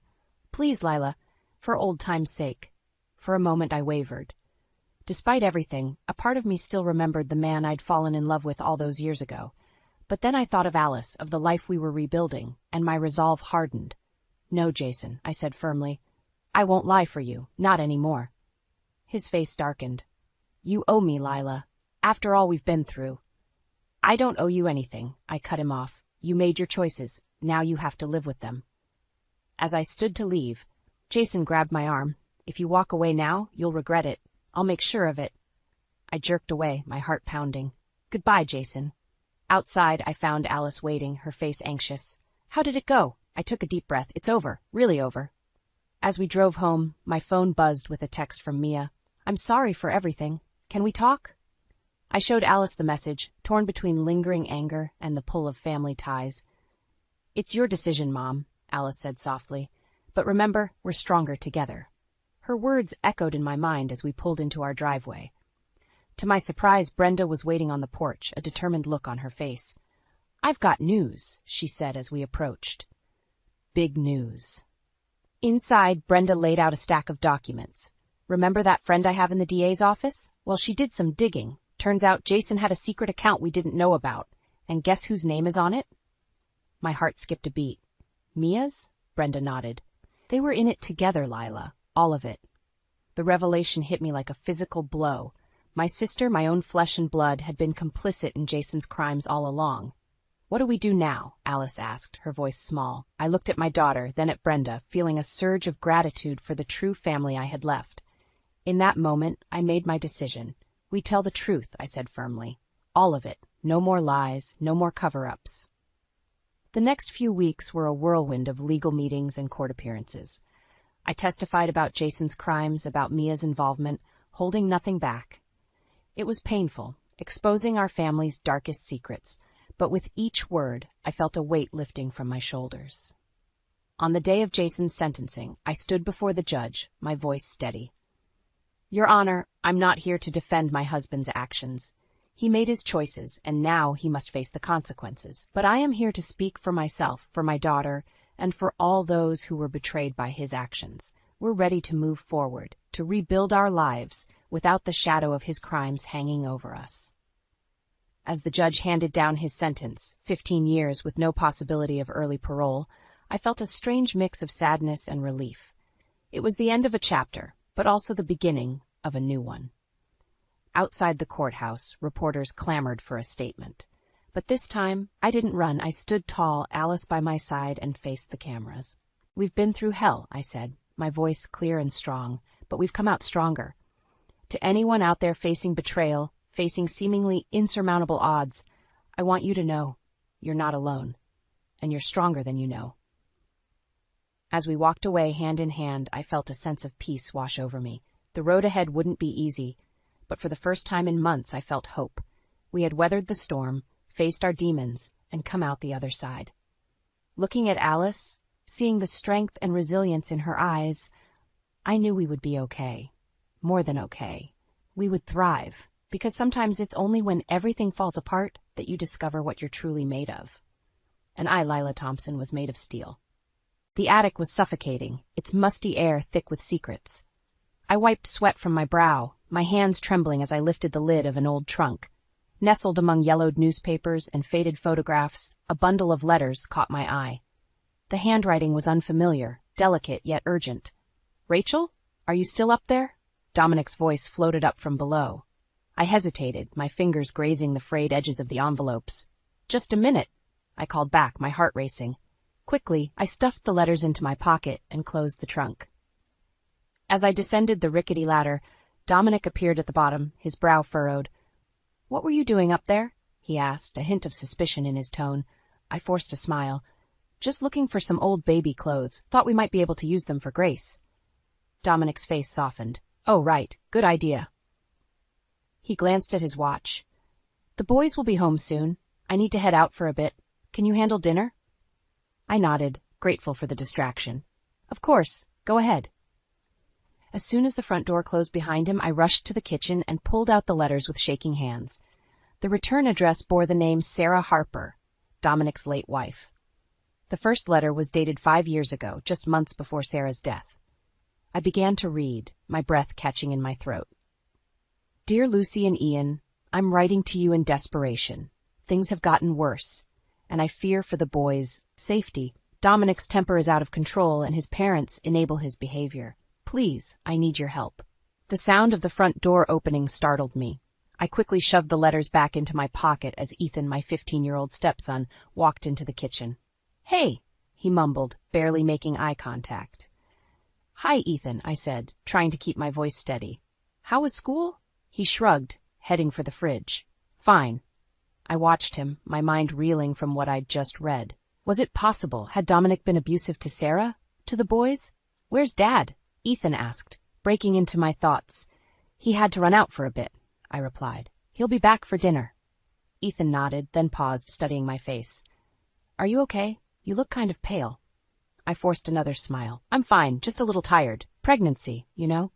His eyes flickered to my swollen belly, then back to my face. For a moment, I thought I saw a flicker of concern in his usually guarded expression. The front door opened again, and 12-year-old Max bounded in, all energy and smiles. Rachel, can we have pizza for dinner? I laughed, grateful for the distraction. Not tonight, buddy. How about spaghetti?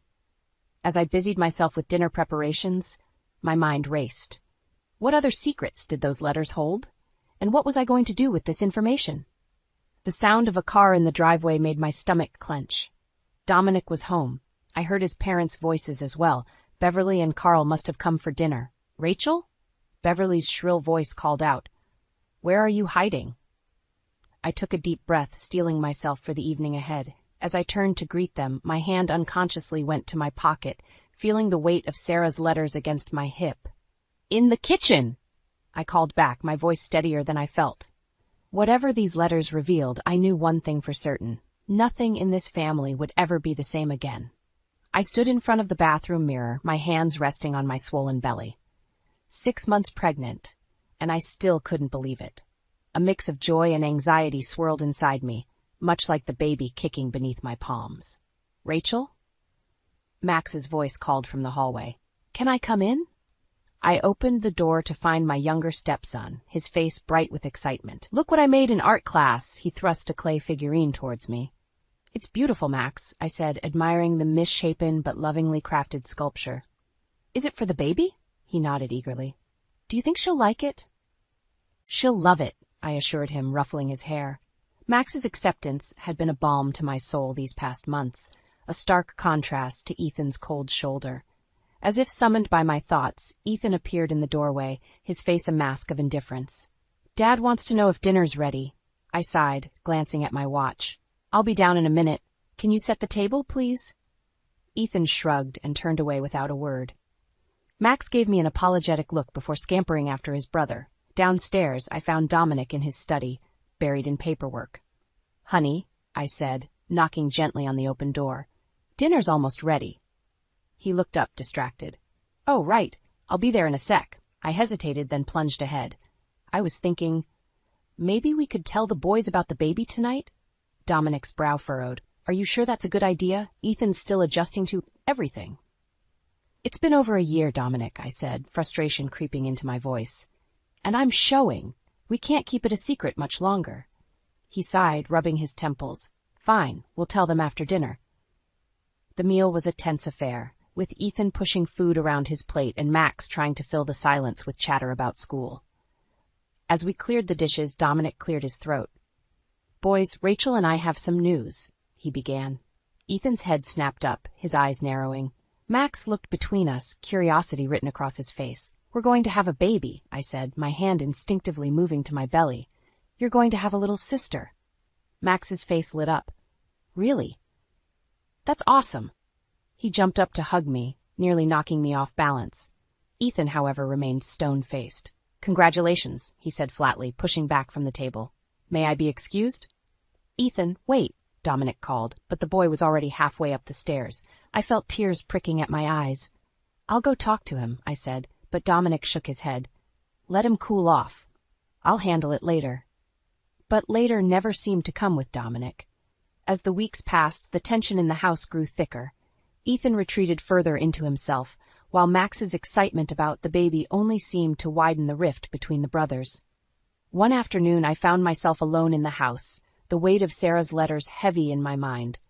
I hadn't dared read more since that first day, but now, with silence pressing in around me, I couldn't resist. I retrieved the bundle from its hiding place and began to read. Sarah's words painted a picture of a family in crisis. Dominic's temper, his parents' interference, her growing fear for her children's well-being. Tears streamed down my face as I read the final letter, dated just days before Sarah's death. "If anything happens to me," she wrote, "please, Lucy and Ian, take care of my boys. Don't let them forget that they're loved." The sound of the front door slamming jolted me back to reality. I quickly hid the letters as Ethan stormed into the kitchen. "Ethan?" I called, my voice shaky. "Is everything okay?" He whirled to face me, his eyes blazing with a mix of anger and pain I'd never seen before. "Why do you care?" he spat. "You're not my mother. You're just the woman who's trying to replace her." His words hit me like a physical blow. As he stormed upstairs, I sank into a chair, one hand on my belly, the other clutching Sarah's letters.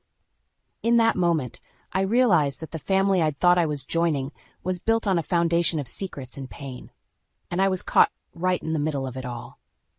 The doorbell chimed, and my heart sank. Beverly and Carl were early as usual. I smoothed my dress over my 8-month belly and plastered on a smile. "Rachel, darling!" Beverly's saccharine voice grated on my nerves as she swept into the house. "My, you're looking robust." I bit back a retort. "Hello, Beverly. Carl, please, come in." Carl grunted, eyeing me critically. "Where's Dominic?" "Still at work," I replied, leading them to the living room. "He should be home soon." Beverly sked. "Working so late with a baby on the way? I hope you're not putting too much pressure on him, Rachel." I clenched my jaw. "Dominic makes his own choices." "Of course he does," Beverly said, her tone dripping with condescension. "Now, where are my grandsons?" As if on cue, Max bounded down the stairs. "Grandma! Grandpa!" He hugged them both, then turned to me.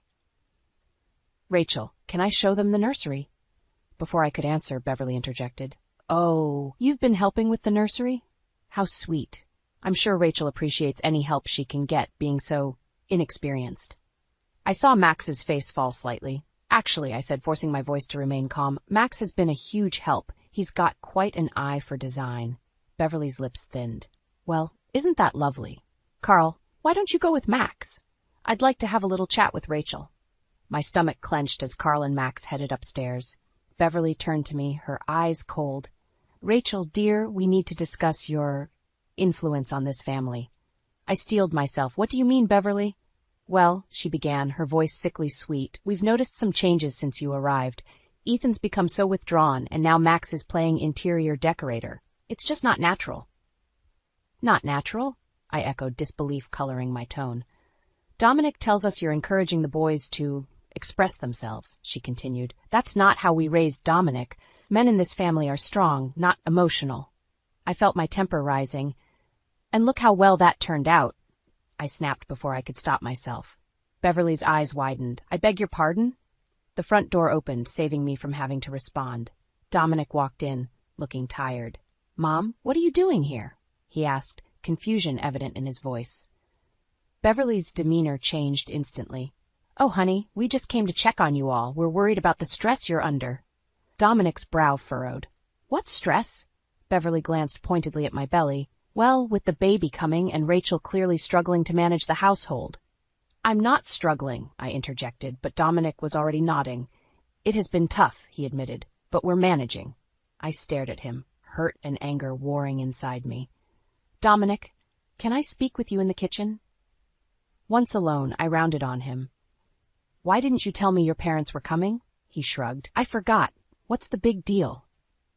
"The big deal," I hissed, "is that your mother just spent the last 10 minutes criticizing everything about our life." Dominic sighed. "Rachel, you're overreacting. That's just how Mom is. And you just let her talk to me like that?" I felt tears pricking at my eyes. "Look," he said, his voice taking on an edge I'd never heard before. "My parents are important to me. If you can't handle them, maybe you need to try harder." I stepped back, shocked. Try harder, Dominic. I've been trying since the day I moved in. But your parents hate me. Ethan can barely look at me and you don't even see what's happening. What's happening, he growled, is that you're turning my family against me. The words hung in the air between us, heavy and final. I opened my mouth to respond, but a sharp pain in my abdomen made me gasp instead. Dominic's anger morphed into concern. Rachel? What's wrong? I clutched my belly, panic rising. I think the baby's coming. As Dominic rushed to call the hospital, I leaned against the counter, breathing heavily. Through the haze of pain, one thought crystallized in my mind. Something had to change, and soon. For my sake, for the boy's sake, and now, for my daughter's sake, too. The shrill cry of Grace pierced the early morning silence, jolting me awake. I stumbled out of bed, exhaustion weighing heavily on my bones. It had been 3 months since her dramatic arrival, and I felt like I hadn't slept since. As I cradled Grace, trying to soothe her, I caught sight of myself in the mirror. Dark circles under my eyes, hair a mess, and clothes that hadn't been changed in days. I barely recognized myself. Rachel? Dominic's voice called from downstairs. My parents are here. Can you come down? I froze, panic rising in my chest. Beverly and Carl were here? Now? I looked down at Grace, finally quiet, then back at my disheveled reflection. There was no time to make myself presentable. Descending the stairs, I could hear Beverly's voice, sharp and critical. Really, Dominic, the house is a mess. I thought Rachel was supposed to be taking care of things. I stepped into the living room, Grace in my arms. Good morning, I said, trying to keep my voice steady. Beverly's eyes widened as she took in my appearance. Oh my, she said, her tone dripping with disdain. Rachel, dear, you look, well, I suppose new motherhood isn't easy for everyone. I felt my cheeks burn with shame and anger. I'm doing my best, I said through gritted teeth. Carl grunted. Doesn't look like much of a best to me. I looked to Dominic, silently pleading for support, but he avoided my gaze. Mom, Dad, why don't we go out for breakfast? He suggested. Give Rachel some time to get things in order. The implication stung. As they left, I sank onto the couch, tears threatening to spill over. Grace began to fuss again, and I felt utterly overwhelmed. Suddenly, Ethan appeared in the doorway. His eyes darted between me and the baby, a mix of concern and uncertainty on his face. Are you okay? He asked hesitantly. I tried to smile, but it felt more like a grimace. I'm fine, Ethan, just tired. He shifted uncomfortably. I could hold her for a bit, if you want to shower or something. His offer caught me off guard. You'd do that? Ethan shrugged. Yeah, I guess. I mean, she is my sister. Gratitude washed over me as I carefully transferred Grace to Ethan's arms. As I headed upstairs, I heard him talking softly to her, and for a moment, hope flickered in my chest. But reality came crashing back when I returned to find Dominic and his parents had returned. Beverly was holding Grace, cooing at her while shooting pointed looks in my direction. There you are, Rachel, she said. We were just discussing how you might need some help, perhaps a nanny? I bristled. We don't need a nanny. I can take care of my own child. Beverly's smile was cold. Of course, dear, but with the house in such a state and you looking so worn out, we're just concerned. We? I looked at Dominic, who shifted uncomfortably. Rachel, he began, his tone placating, maybe Mom has a point. You have been struggling lately. The betrayal hit me like a physical blow. Struggling, Dominic, I've been doing everything, taking care of Grace, the boys, the house, while I what? Dominic's voice took on a dangerous edge. While I worked to support this family? The room fell silent, tension thick in the air. Even Beverly looked taken aback by Dominic's tone. In that moment, something inside me snapped. I thought of Sarah's letters, hidden away. I thought of Ethan's small act of kindness, and I thought of my daughter, who deserved better than this toxic environment. You know what? I said, my voice low and steady. You're right. I do need help, but not from a nanny, and certainly not from you. I turned to Ethan, who was watching the scene unfold with wide eyes. Ethan, can you take Grace upstairs, please? As Ethan left with the baby, I faced Dominic and his parents. This ends now, I declared. I'm done being the scapegoat for this family's problems. Either things change, or I'm leaving, and I'm taking my daughter with me. The shock on their faces would have been satisfying if I wasn't trembling inside. But as I stood there, chin held high, I knew I had reached a turning point. Whatever came next, I was ready to fight for myself and my children. All of them. The fluorescent lights of the office buzzed overhead, matching the constant thrum of anxiety in my chest. I stared at the computer screen, the words blurring before my eyes. My head pounded, a dull ache that had become my constant companion. "Rachel?" My colleague Sarah peered over the cubicle wall. "Are you okay? You look pale." I forced a smile. "I'm fine, just a bit tired. Grace had a rough night." Sarah's brow furrowed with concern. "You've been just tired for weeks now. Maybe you should see a doctor?" Before I could respond, my phone buzzed. A text from Dominic. "Mom and Dad coming for dinner. Don't forget to pick up Grace from daycare." My stomach churned. Another evening of criticism and tension. I closed my eyes, trying to steady my breathing. "Rachel?" Sarah's voice seemed distant. "Rachel, you're shaking." I opened my eyes to find the room spinning. Suddenly, the floor rushed up to meet me. I came to on a couch in the break room, surrounded by concerned faces. Our HR manager, Linda, knelt beside me. "Rachel, we've called an ambulance. You fainted," she explained gently. Panic surged through me. "No, I can't go to the hospital. I have to pick up Grace and dinner." "Your health comes first," Linda insisted. "We've contacted your husband. He's on his way to the hospital." The next few hours passed in a blur of tests and questions. When the doctor finally entered my room, his expression was grave. "Mrs. Harper, your blood pressure is dangerously high. You're showing signs of severe stress and exhaustion. If you don't make some significant changes, you're at risk for serious complications." I nodded numbly, barely registering his words. All I could think about was Grace and the boys and the mountain of tasks waiting for me at home. The door burst open and Dominic rushed in, followed closely by Beverly and Carl. My heart sank at the sight of them. "Rachel, what happened?" Dominic demanded. "Why didn't you tell me you were sick?" Before I could answer, Beverly chimed in. "I knew she couldn't handle it all." "Dominic, this is what happens when you let a career woman try to run a household." Anger flared within me, cutting through the fog of exhaustion. "Excuse me?" Carl grunted. "Face it, girl, you bit off more than you could chew. It's time to admit you need help." I looked to Dominic, silently pleading for support, but he avoided my gaze. "Maybe they're right, Rachel. You're clearly overwhelmed." Something inside me snapped. "Overwhelmed? Of course I'm overwhelmed. I'm working full-time, taking care of an infant and 2 teenagers, managing a household, and dealing with constant criticism from your parents. And where have you been, Dominic? Where's your support?" The room fell silent. Dominic's face flushed with anger and embarrassment. "That's not fair, Rachel. I work hard to provide for this family." "And I don't?" I shot back. "When was the last time you got up for a 3 a.m. feeding, or helped with homework, or stood up to your parents when they belittle me?" Beverly gasped. "How dare you speak to him like that? After everything we've done for you." "Enough!" I shouted, surprising even myself. "I'm done. I'm done trying to please everyone while sacrificing my own health and happiness." I turned to Dominic, my voice shaking but resolute. "Things need to change, Dominic. Either we get counseling and you start setting boundaries with your parents, or what?" Dominic's voice was dangerously low. I took a deep breath, the weight of my next words hanging in the air. "Or I'm leaving, and I'm taking Grace with me." The stunned silence that followed was broken only by the steady beep of the heart monitor. In that moment, staring into Dominic's shocked face, I knew there was no going back. Whatever came next, I had to prioritize my health and my children's well-being. The time for compromise was over. Now, it was time to fight. I stood in the kitchen, mechanically stirring a pot of soup, my mind a whirlwind of thoughts. The house was eerily quiet.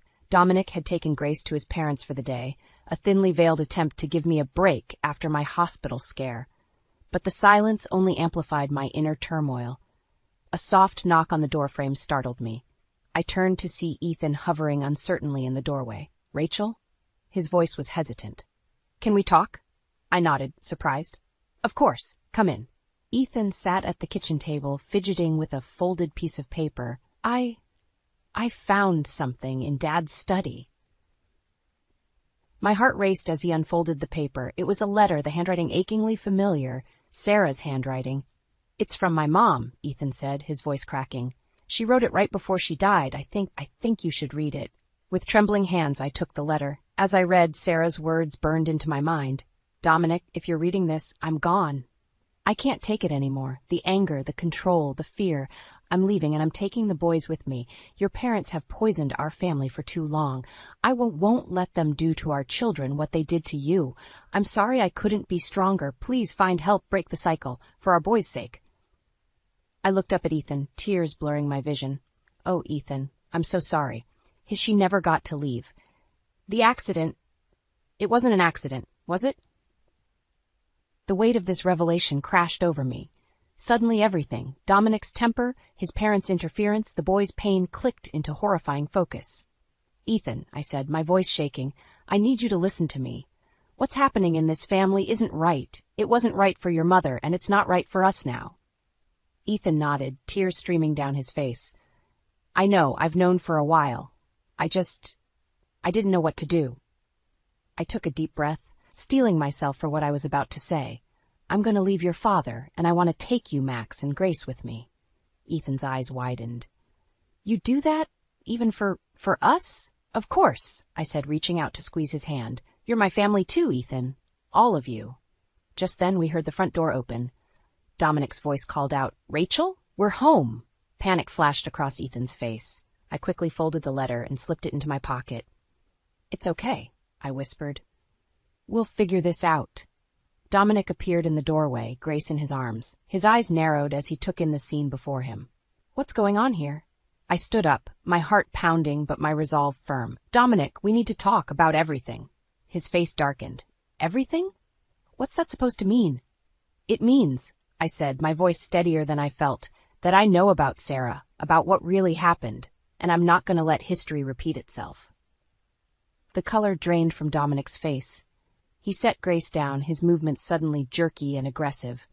You don't know anything, he snarled. I know enough, I shot back, and I'm done pretending. This ends now, Dominic, for all our sakes. Ethan stood up, moving to stand beside me. She's right, Dad. We can't keep living like this. Dominic's eyes darted between us, a cornered animal. You're turning my own son against me? He growled, taking a step forward. I instinctively pushed Ethan behind me, shielding him. No, Dominic. You did that all on your own. As Dominic advanced, rage contorting his features, I realized with crystal clarity that this was the moment everything would change. There was no going back now. Whatever came next, I had to be ready to fight. Not just for myself, but for all 4 children who were counting on me. With one hand reaching for Grace and the other holding Ethan's arm, I braced myself for the storm that was about to break. The words hung in the air, heavy and final. I want a divorce, Dominic. His face contorted with rage, a vein pulsing in his forehead. You what? I stood my ground, heart racing but voice steady. You heard me. I'm leaving and I'm taking the children with me. Dominic's laugh was cold, mirthless. You think you can just walk away? Take my kids? Our kids, I corrected. And yes, I can. I will. His eyes darted to Ethan, who stood beside me, then to Max, who had appeared in the doorway, drawn by the commotion. Boys, Dominic said, his voice dangerously calm. Go to your rooms, now. Neither moved. Max spoke up, his voice trembling but determined. No, Dad. We're staying with Rachel. Dominic's facade cracked. What did you say to them? He snarled at me. How dare you turn my own children against me? We made our own choice, Ethan said. We know what you did to Mom, what you've been doing to all of us. The color drained from Dominic's face. You don't know anything, he hissed. We know enough, I said, pulling Sarah's letter from my pocket. And so will the police if you try to stop us. Dominic lunged forward, but Ethan stepped between us. Don't touch her, he warned. For a moment, I saw a flicker of shock in Dominic's eyes, as if truly seeing his son for the first time. Then his expression hardened. Fine, he spat. Leave, but don't think this is over. As we hurried to pack essentials, my phone buzzed. A text from an unknown number. This is Lucy Miller. We need to talk. My heart skipped a beat. Ethan and Max's maternal grandparents, the ones Dominic had kept away for years. I quickly replied, arranging to meet them. Hours later, we sat in a quiet cafe, the boys reuniting tearfully with their grandparents. Lucy clutched my hand. Thank you, she whispered. We've been trying to reach them for so long. Ian's face was grim. We always suspected something was wrong, but Dominic kept us away, said we were a bad influence. He was the bad influence, Max said bitterly. Him and his parents. A chill ran down my spine. His parents, I repeated. Oh God, Beverly and Carl, they'll be furious when they find out. As if on cue, my phone exploded with notifications. Missed calls from Beverly, threatening texts from Carl, and a voicemail from Dominic that made my blood run cold. "You think you've won?" His voice slurred, clearly drunk. "This isn't over. I'll take everything from you. The kids, the house, everything. You'll regret the day you crossed me, Rachel." I looked up at the concerned faces around me. "We need to go," I said urgently. "It's not safe here anymore." Lucy squeezed my hand. "Come stay with us. We have plenty of room and Dominic doesn't know where we live." As we drove to Lucy and Ian's house, my mind raced. How had it come to this? Running from the man I once loved with 4 children depending on me? Ethan's voice broke into my thoughts. "Rachel, are we going to be okay?" I met his eyes in the rearview mirror, seeing the fear and hope battling there. I thought of Sarah's letter, of the years of abuse and manipulation, of the strength it took to break free. "Yes," I said, my voice stronger than I felt. "We're going to be okay. It won't be easy, but we're together now, and we're going to fight for the life we deserve." As we pulled up to Lucy and Ian's house, I saw Beverly and Carl's car parked across the street. My heart plummeted. How had they found us so quickly? "Stay in the car?" I told the children, my voice tight with fear. "Lock the doors. I'll handle this." As I stepped out to face my in-laws, I knew this was it, the moment that would define our future. Everything was at stake, and I had to be ready for whatever came next. I stood on the porch, my heart pounding as Beverly and Carl approached. Behind me, I could hear Lucy and Ian ushering the children inside. "Where do you think you're going with our grandchildren?" Beverly's shrill voice cut through the air. I took a deep breath, steeling myself. "They're safe, Beverly. That's all that matters." Carl's face reddened. "You have no right to take them, Dominic." "Dominic lost that right," I interrupted, my voice steady. "And so did you." Just then, a car screeched to a halt behind them. Dominic stumbled out, his eyes wild with rage. "You," he snarled, pointing at me. "You've ruined everything." As he lurched towards me, Ethan burst out of the house, placing himself between us. "Stop right there, Dad," he warned. Dominic froze, shock momentarily replacing anger. "Ethan, what are you doing?" "Protecting my family," Ethan replied, his voice trembling but resolute. "The way you never did." Beverly gasped. "How dare you speak to your father that way?" "No," I said, stepping forward. "How dare you all treat these children like possessions instead of people?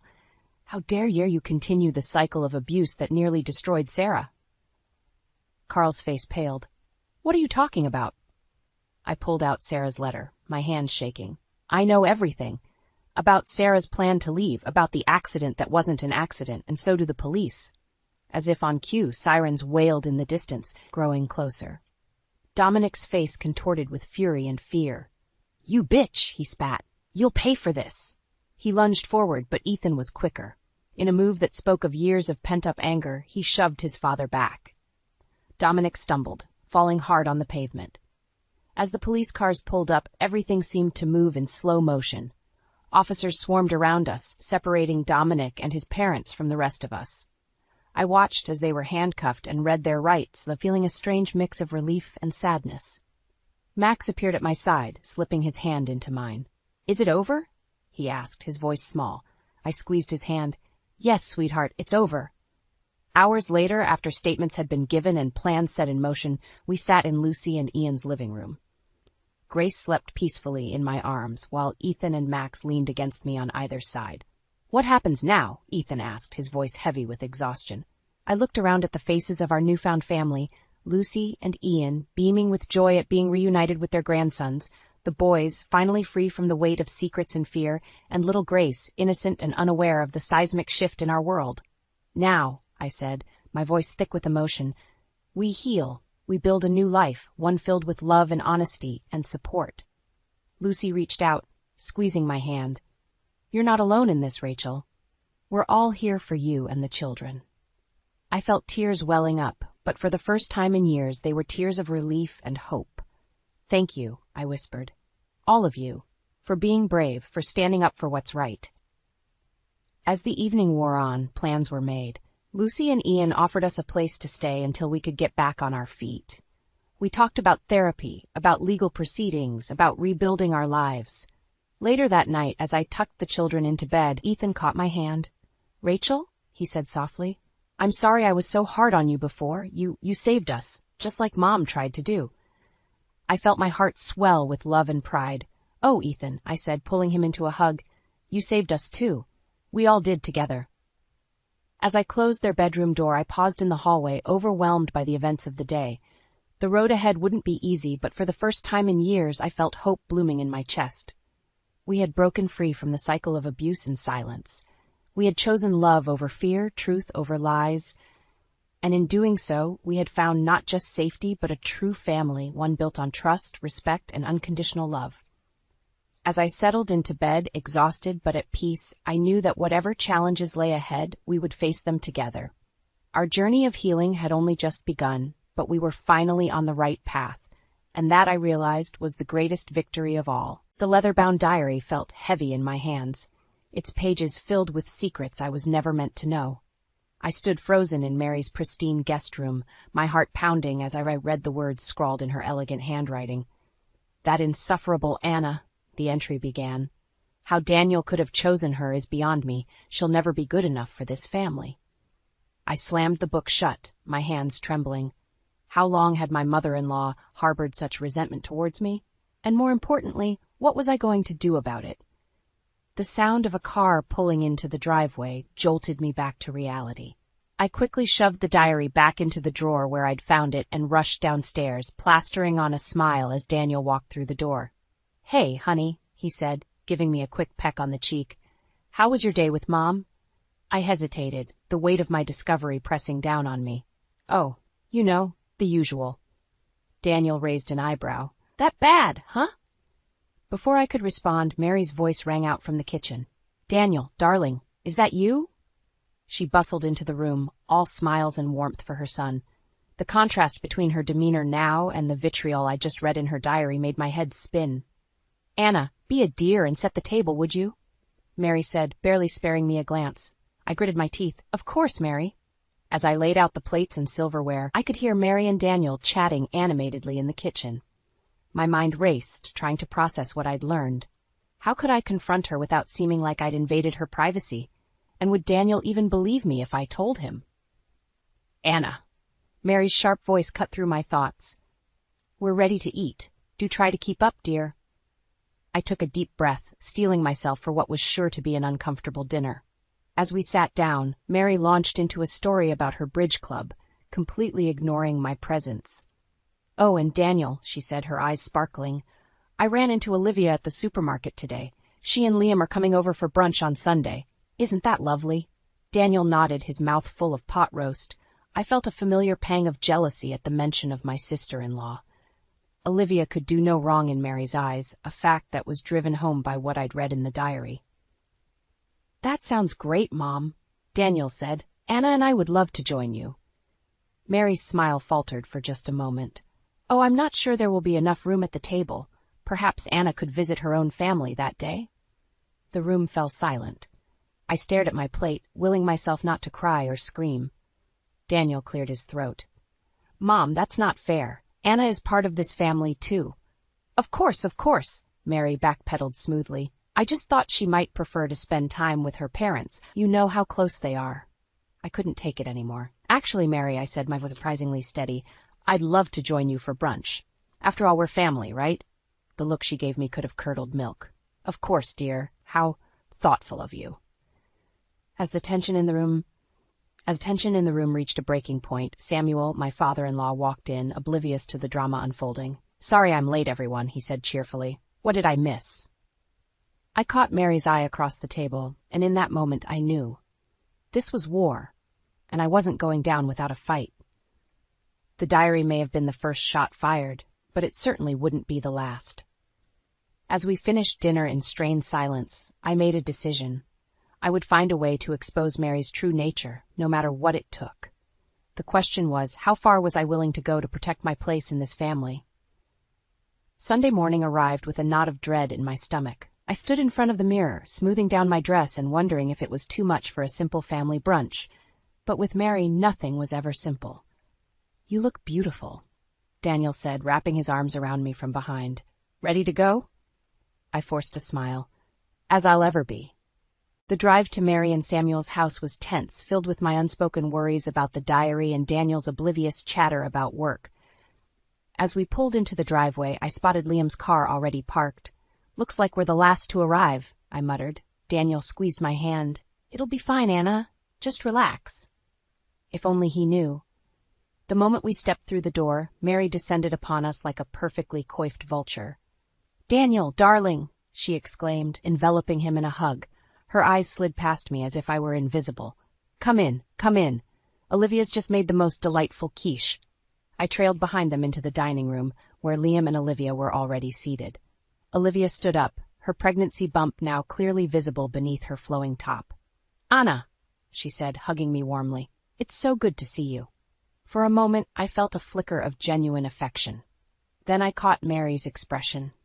A mixture of adoration for Olivia and thinly veiled contempt for me. "Olivia, dear," Mary cooed, "you simply must tell Anna your wonderful news." Olivia beamed. "We're having twins. Can you believe it?" The room erupted in excited chatter, but I felt like I'd been punched in the gut. Twins, of course, because Olivia wasn't just perfect, she was doubly perfect. "That's amazing," I managed to choke out. As we sat down to eat, the conversation revolved entirely around Olivia's pregnancy. I pushed my food around my plate, feeling increasingly invisible. "Anna," Mary's sharp voice cut through my thoughts, "you're awfully quiet. Nothing to contribute?" I looked up to find everyone staring at me. I'm just happy for Liam and Olivia," I said weakly. Mary's smile was razor thin. "Of course you are, dear. It must be difficult, though, watching someone else live out your dreams." The table fell silent. Daniel shifted uncomfortably beside me. "Mom," he started, but I cut him off. "What exactly do you mean by that, Mary?" I asked, my voice steadier than I felt. She waved a hand dismissively. "Oh, nothing, dear. It's just that some women are natural mothers, while others, well, perhaps it's for the best that nature takes its course." The room spun. I gripped the edge of the table, fighting back tears of rage and humiliation. "Mary," Samuel said warningly, but she ignored him. "I only mean that Olivia has such a maternal instinct," Mary continued, her voice dripping with false sweetness. "It's clear she was born for this role, unlike some people who might struggle with the demands of motherhood." That was it, the last straw. I stood up abruptly, my chair scraping against the floor. "Anna?" Daniel looked up at me, confused. "I need some air," I muttered, fleeing the room.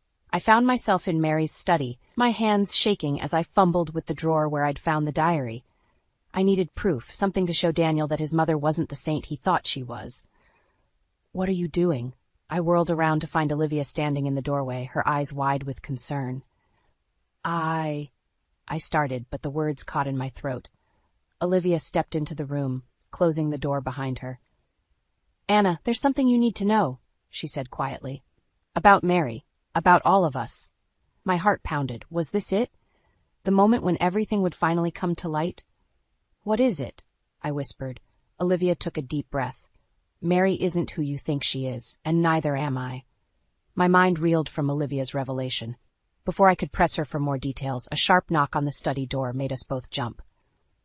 "Anna? Olivia? Are you in there?" It was Daniel's voice, tinged with concern. Olivia shot me a panicked look. "We'll talk later," she whispered, then called out, "Coming, Daniel." As we rejoined the others, my thoughts were a jumbled mess. What did Olivia mean? And how was I going to confront Daniel about the diary? The rest of brunch passed in a blur. I barely tasted the food, my mind racing with possibilities. As we said our goodbyes, Mary's saccharine smile made my skin crawl. "Do come again soon, dears," she cooed, kissing Daniel's cheek. Her eyes met mine, cold and challenging. "We have so much to catch up on." The drive home was silent, tension thick in the air. Finally, as we pulled into our driveway, I couldn't hold it in any longer. "Daniel, we need to talk about your mother." He sighed, turning off the engine. "Anna, please, not this again." "No, you need to listen to me," I insisted, my voice rising. "I found something when we were at your parents' house last week, your mother's diary." Daniel's face darkened. "You went through her personal things?" "It was an accident," I said quickly. "But Daniel, the things she wrote about me, she hates me. She always has." He shook his head, disbelief etched across his features. "That's ridiculous. My mother loves you. She's always been nothing but kind to you." I laughed bitterly. "Kind? Did you not hear what she said at brunch today about me not being cut out for motherhood? She didn't mean it like that, Daniel said, but I could see the doubt creeping into his eyes. She did, Daniel, and there's more, so much more. I took a deep breath. Your mother, she's not who you think she is. Daniel's jaw clenched. What are you talking about? I can't explain it all right now, but Olivia knows something too. She tried to tell me today, but we were interrupted. This is insane, Daniel muttered, running a hand through his hair. You're reading too much into things, Anna. My mother would never... Never what? I snapped. Lie? Manipulate? Open your eyes, Daniel. She's been doing it for years. He got out of the car abruptly, slamming the door behind him. I scrambled to follow him into the house. Daniel, please, I begged, grabbing his arm. Just listen to me. He whirled around, his eyes flashing with anger. No, you listen to me, Anna. I've had enough of this. My mother has been nothing but welcoming to you since the day we met. If anyone's causing problems in this family, it's you. His words hit me like a physical blow. I staggered back, tears welling in my eyes. You don't mean that, I whispered. Daniel's expression softened slightly, but the anger was still there. I'm going for a walk. I need to clear my head.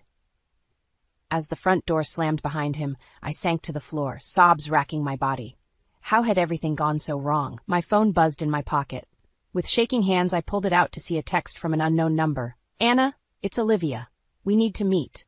Alone. There's so much you don't know. Tomorrow, 2 p.m., at the coffee shop on Main Street. Please come. It's about Mary and Daniel. I stared at the message, my heart pounding. Whatever Olivia knew, it was clear that this went deeper than I could have imagined. As I heard Daniel's key in the lock, I quickly deleted the message. He walked in, his face a mask of exhaustion and conflicting emotions. Anna. It's okay, I cut him off, forcing a smile. Let's just forget about it for now. But as we went through the motions of a normal evening, I knew that nothing would ever be the same. Tomorrow I would meet Olivia and finally uncover the truth.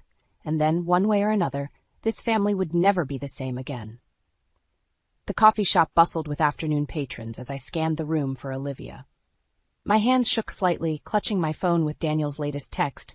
Where are you? Mom's trying to reach you about Dad's retirement party. I spotted Olivia in a corner booth, her face pale and drawn. As I slid in across from her, she glanced nervously around the room. Anna, thank you for coming, she whispered. I don't have much time. Mary thinks I'm at a doctor's appointment. Olivia, what's going on? What do you know about Mary and Daniel? She took a deep breath. Mary isn't Daniel's biological mother. She adopted him when he was a baby. His real mother was Mary's sister. The world tilted on its axis. I gripped the edge of the table, struggling to process this bombshell. But how? Why doesn't Daniel know? Olivia's eyes welled with tears. Mary swore everyone to secrecy. She was desperate for a child, and when her sister got pregnant out of wedlock, it was the perfect solution. But Mary's obsession with being the perfect mother has turned into this. My mind raced. Does Liam know? She nodded. He found out just before we got married. Mary made him promise never to tell. It's been eating him alive. And you're telling me this now because I can't stand by and watch Mary destroy your marriage like she almost destroyed mine, Olivia said fiercely. She's planning something, Anna, something big. Just then my phone buzzed. It was Mary. Anna, dear, her saccharine voice dripped through the speaker. I hope you're free this Saturday at 7 p.m. for Samuel's retirement party. We're so looking forward to seeing you and Daniel. I froze, remembering the invitation I'd seen on Daniel's desk. I thought, isn't the party at 5? Mary's laugh was like ice. Oh no, dear, it's definitely at 7. I wouldn't want you to show up at the wrong time and embarrass yourself. See you then. The call ended abruptly. I looked at Olivia, horror dawning on my face. She's setting me up, I whispered. Olivia nodded grimly. Anna, you need to tell Daniel the truth about everything. He won't believe me, I said, despair creeping in. He thinks I'm the one causing problems. Then make him believe you. Olivia urged. Find proof, the diary, adoption papers, anything. You have to fight back. As we left the coffee shop, my mind was a whirlwind of emotions and half-formed plans. I had to find a way to expose Mary's lies without destroying Daniel in the process. At home, I paced our bedroom, debating my next move. The sound of the front door opening made me jump. Anna? Daniel called out. Are you home? I took a deep breath, steeling myself. It was now or never. Up here, I replied, my voice surprisingly steady. Daniel appeared in the doorway, his face a mix of concern and lingering frustration from our earlier argument. Where were you? Mom's been trying to reach you about Dad's party. I met his gaze, my heart pounding. Daniel, we need to talk. There's something you need to know about your mother. His expression hardened. Anna, I thought we were past this. Please, I begged. Just hear me out. What I'm about to tell you will change everything, but you need to know the truth. Daniel's eyes searched my face, conflict evident in his features. Finally, he sat down on the edge of the bed. All right, he said quietly. I'm listening. I took a deep breath, knowing that the words I was about to speak would shatter the foundation of everything he believed. But as I opened my mouth to reveal Mary's decades-long deception, I realized there was no turning back. The truth, no matter how painful, had to come out. Daniel, I began, my voice barely above a whisper. Your mother, she's not who you think she is. My heart raced as Daniel and I pulled up to his parents' house. The driveway was already packed with cars, laughter and music spilling out into the evening air. I glanced at my watch, 7:05 p.m. We're right on time, Daniel said, squeezing my hand. Ready? I nodded, trying to quell the nausea rising in my throat. After our conversation about Mary's true nature, Daniel had been quiet and withdrawn. He'd insisted on coming to the party, saying he needed time to process everything. I couldn't shake the feeling that this night would end in disaster. As we approached the front door, it swung open to reveal Mary, resplendent in a glittering evening gown. Daniel, darling, she exclaimed, pulling him into a hug. Her eyes met mine over his shoulder, cold and triumphant. And Anna, how lovely of you to join us, eventually. I froze, confusion washing over me. What do you mean? You told me the party started at 7. Mary's laugh tinkled like broken glass. Oh, you poor dear, the party started at 5, as stated on the invitation. Didn't Daniel tell you? I turned to Daniel, who looked bewildered. I thought I mentioned it, he stammered. The realization hit me like a punch to the gut. Mary had set me up, just as Olivia had warned. And Daniel, despite everything I'd told him, had fallen right into her trap. We entered the crowded living room where all eyes turned to us. Samuel, the guest of honor, approached with a warm smile. There you are, he said. We were starting to worry. Anna, dear, I'm afraid we've run out of chairs. Would you mind terribly if Daniel sat here and you found a spot in the kitchen? I stood there, humiliation burning through me, as I watched Daniel sink into the last available seat. Mary's smug smile from across the room made my blood boil.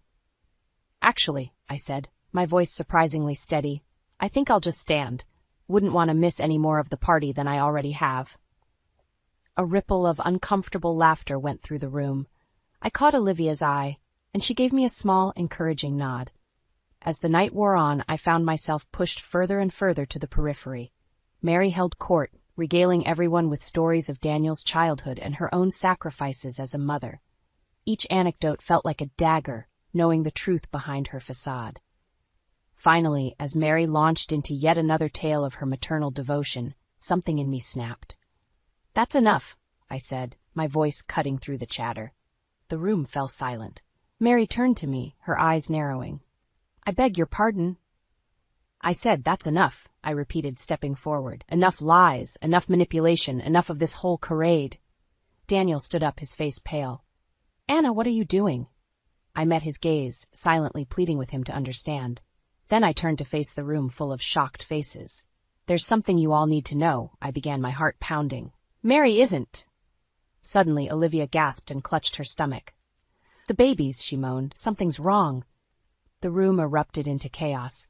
As Liam rushed to Olivia's side and someone called for an ambulance, I felt a hand grip my arm. It was Mary, her fingers digging into my skin. You think you've won? She hissed. This isn't over. Not by a long shot. If you breathe a word of what you know, I'll make sure you regret it for the rest of your life. As she released me, I caught sight of Daniel watching us, his expression unreadable. In that moment, I knew I had a choice to make. I could back down, let Mary continue her reign of manipulation and lies, or I could take a stand, right here and now, and finally expose the truth, no matter the consequences. With Olivia being rushed to the hospital and the party in shambles, I took a deep breath. It was now or never. "I'm sorry, Mary," I said, loud enough for everyone to hear, "but I can't keep quiet any longer. It's time everyone knew the truth about who you really are." The room fell silent, all eyes fixed on me. Mary's face contorted with rage, while Daniel looked torn between confusion and betrayal. I took a deep breath, steeling myself for what was to come. "I found Mary's diary," I began, my voice shaking. "And what I read, it changes everything." Mary lunged forward, her hand outstretched as if to snatch the words from the air.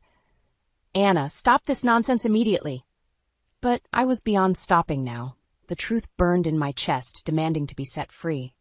"Mary isn't Daniel's biological mother," I blurted out. "She adopted him as a baby. His real mother was Mary's sister."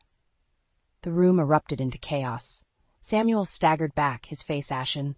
Liam, who had been about to follow the ambulance with Olivia, froze in the doorway. And Daniel looked as if his entire world had shattered. "You're lying," he whispered, his eyes pleading with me to take it back. I shook my head, tears streaming down my face.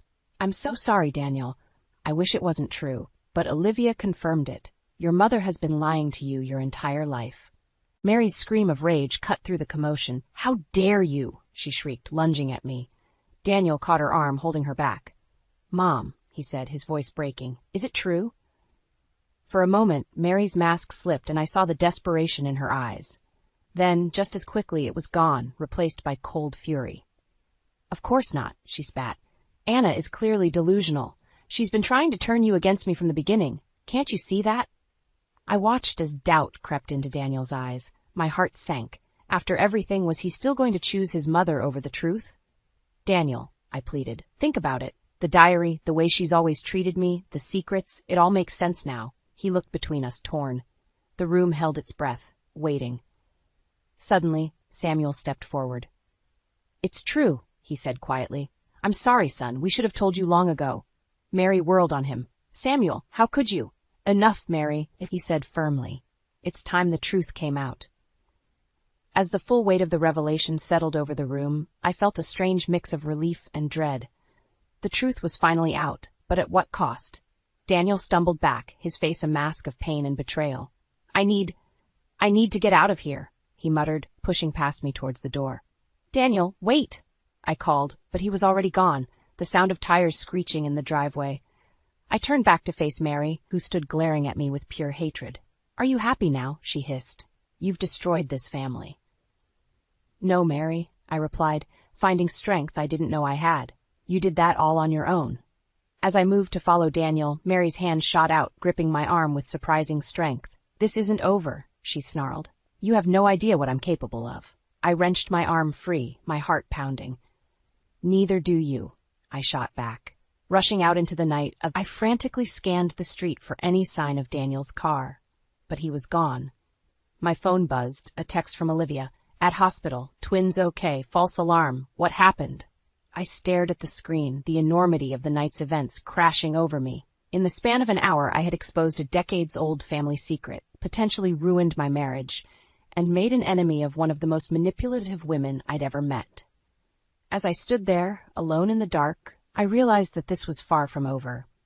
Mary's threat echoed in my mind, and I knew that the real battle was just beginning.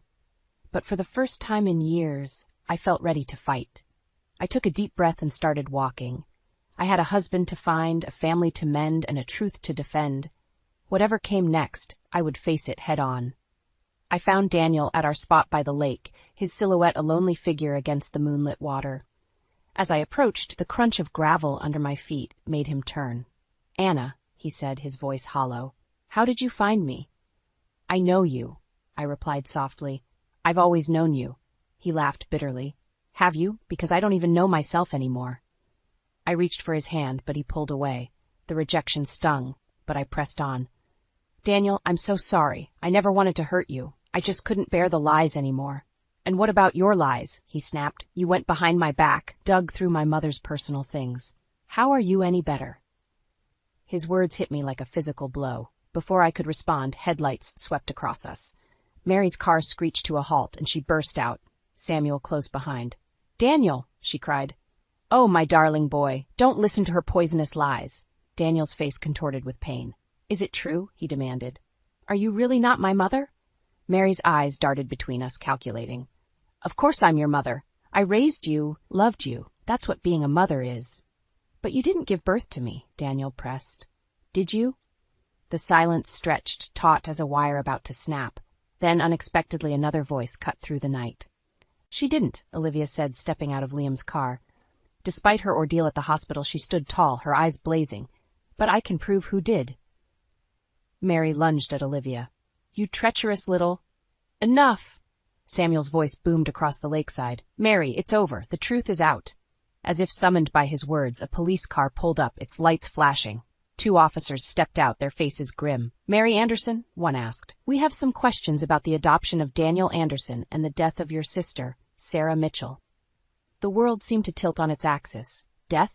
Adoption? I looked at Daniel, seeing my own shock mirrored in his eyes. Mary's composure cracked. You don't understand, she pleaded. Sarah was going to ruin everything. She was going to take Daniel away. I couldn't let that happen. I couldn't.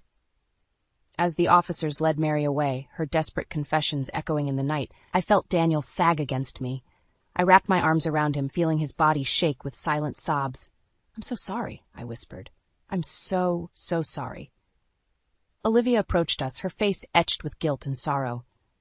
Daniel, Anna, there's more you need to know about your real mother, about what really happened.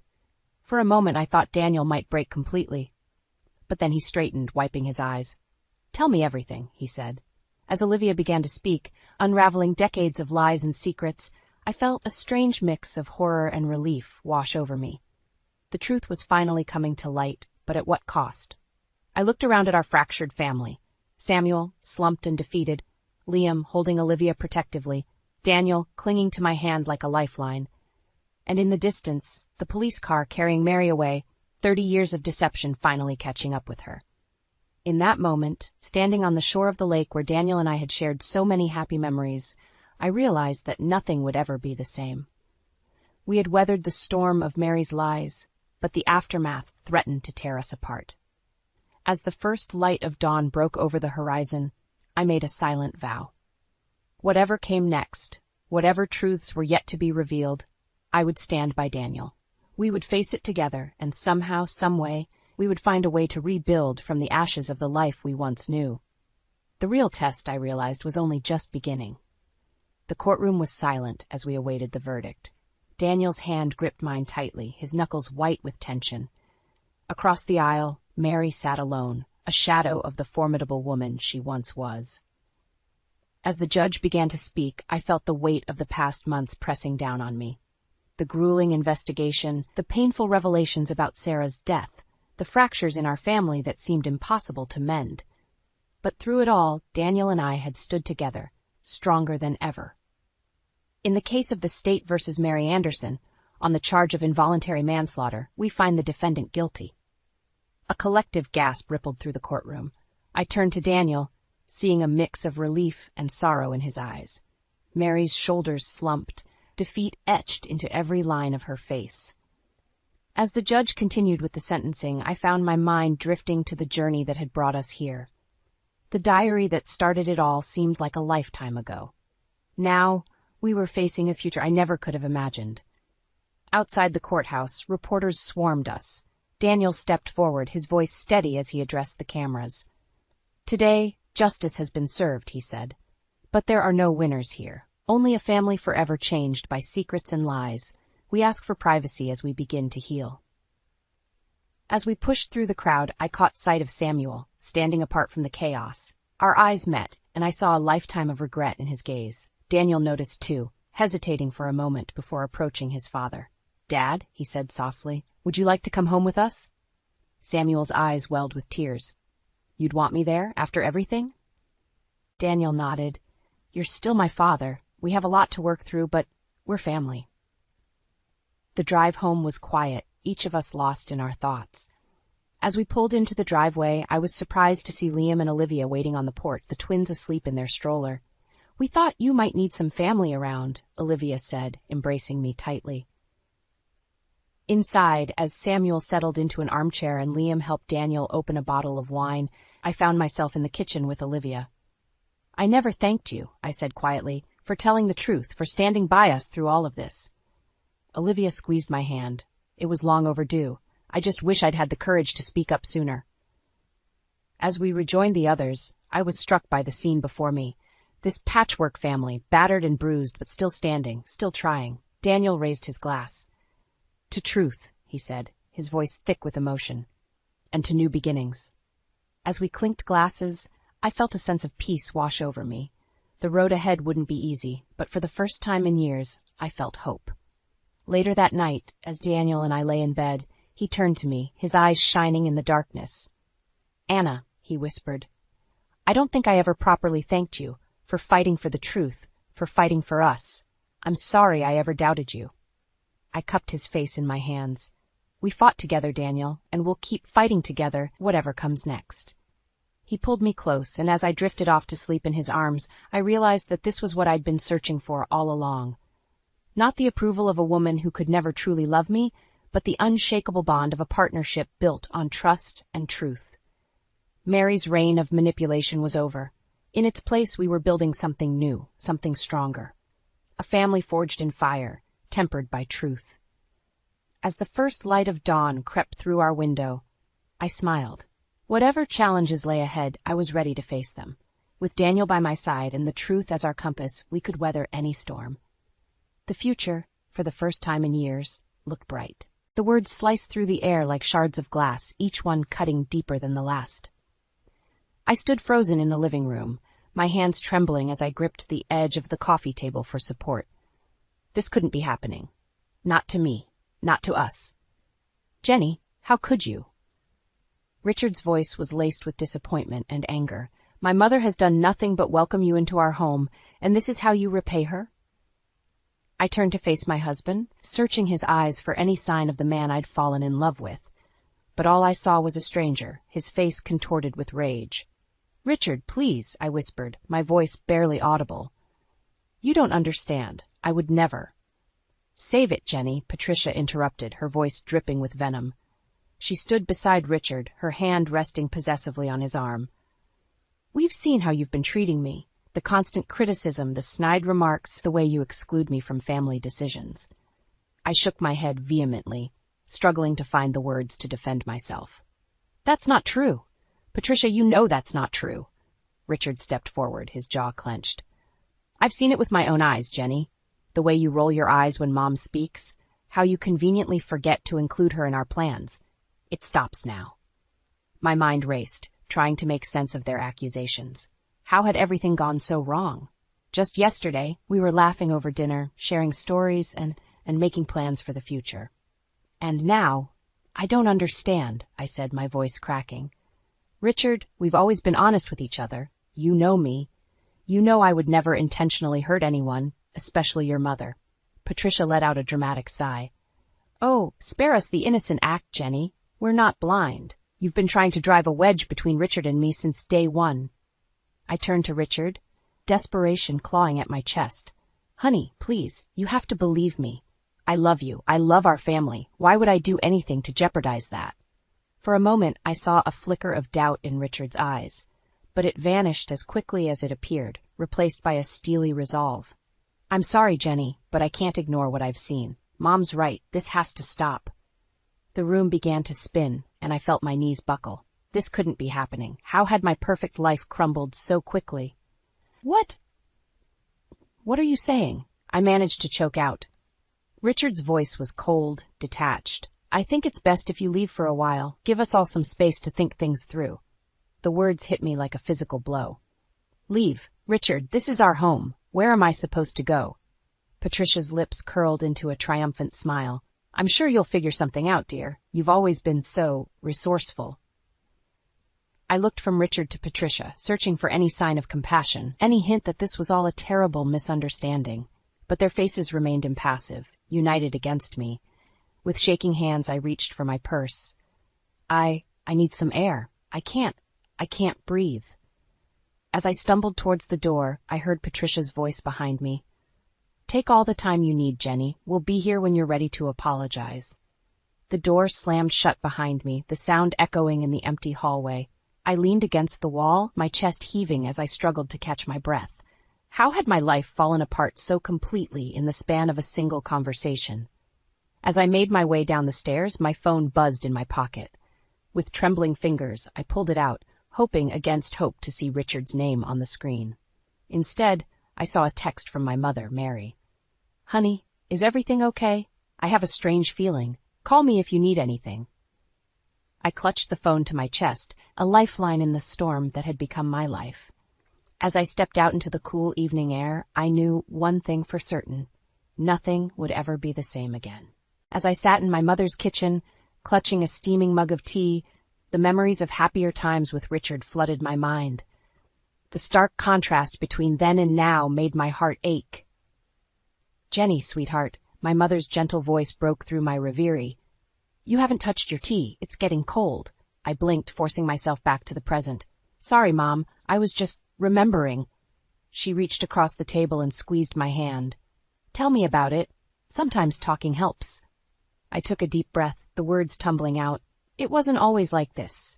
You know, Richard and we were so happy once." I closed my eyes, transported back to our wedding day. The way Richard looked at me as I walked down the aisle, his eyes shining with love and promise. Our first dance, his arms strong and sure around me as we swayed to our favorite song. "We were unstoppable," I said, a wistful smile tugging at my lips. "Remember how we'd stay up all night, talking about our dreams, the house we'd build, the family we'd have?" My mother nodded, her eyes soft with understanding.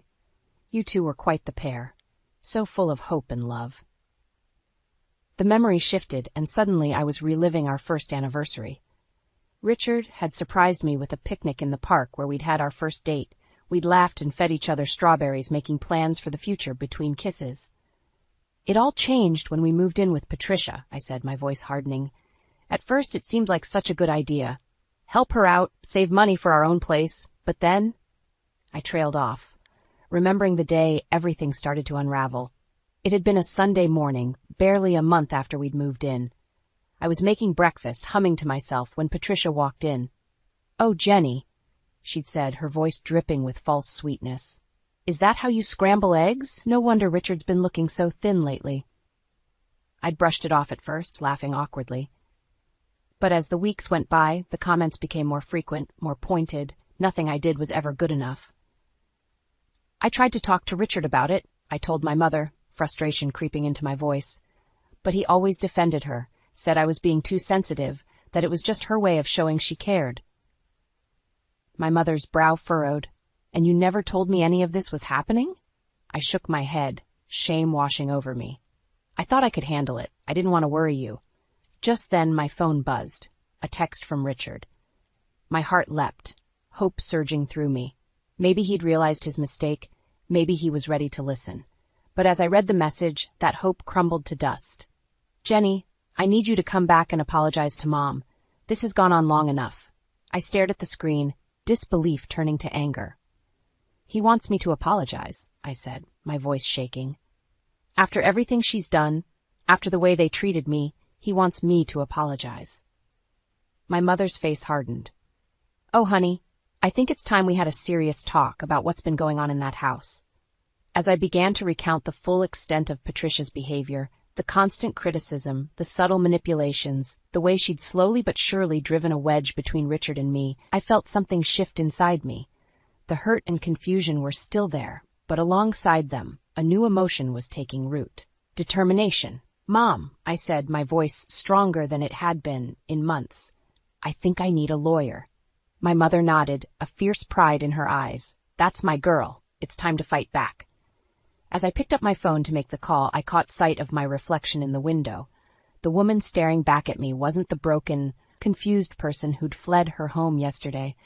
This woman had fire in her eyes and steel in her spine. Patricia and Richard had no idea what was coming. I stood in Patricia's immaculate kitchen, my hands submerged in soapy water as I scrubbed at a stubborn pot. The sound of the front door opening made me tense, but I forced myself to keep working. It was probably just Richard coming home from work. "Jenny?" Patricia's shrill voice called out. "Where are you?" I closed my eyes, took a deep breath, and plastered on a smile. "In the kitchen, Patricia." She bustled in, her eyes immediately scanning the room. "Oh, you're doing the dishes. How quaint." I bit my tongue, focusing on the task at hand, just trying to keep things tidy. Patricia moved closer, peering over my shoulder. You know, dear, there's a certain technique to getting those pots really clean. Here, let me show you. Before I could protest, she shouldered me aside, plunging her hands into the water. You see, you need to use a bit more elbow grease. Like this. I watched as she scrubbed vigorously, water splashing onto my shirt. I think I had it under control, Patricia, she laughed, a high, tinkling sound that set my teeth on edge. Oh, Jenny, there's no shame in admitting you need help. After all, not everyone grows up learning proper housekeeping skills. The implication in her words was clear, and I felt my cheeks burn. I'm perfectly capable of cleaning a pot, thank you. Patricia turned to me, her eyes wide with mock innocence. Of course you are, dear. I'm just trying to help. After all, I want my son to have a comfortable home. I opened my mouth to retort, but the words died on my lips as Richard walked in. Hey, what's going on in here? Patricia's demeanor changed instantly. Oh, Richard, I was just showing Jenny a few housekeeping tips. You know how I love to pass on my knowledge. Richard smiled, oblivious to the tension in the room. That's great, Mom. Jenny's lucky to have you to learn from. I felt something snap inside me. Actually, Richard, your mother was just about to start on dinner, Patricia interrupted smoothly. Jenny, why don't you finish up those dishes while Richard and I catch up? As they left the kitchen, arm in arm, I gripped the edge of the sink, my knuckles turning white. This couldn't go on. I had to say something. Later that evening, I found Richard alone in our bedroom. Can we talk? He looked up from his phone, frowning slightly. Sure. What's up? I took a deep breath, steeling myself. It's about your mother. I think there's been some misunderstandings between us. Richard's frown deepened. What do you mean? Well, sometimes the things she says, they come across as a bit critical. He sighed, shaking his head. Jenny, we've been over this. Mom's just trying to help. She doesn't mean anything by it. But Richard, today in the kitchen. Look, he cut me off, his voice tinged with frustration. I know it's an adjustment living with Mom, but she's family. Well, can't you just try a little harder to get along? I felt like I'd been slapped.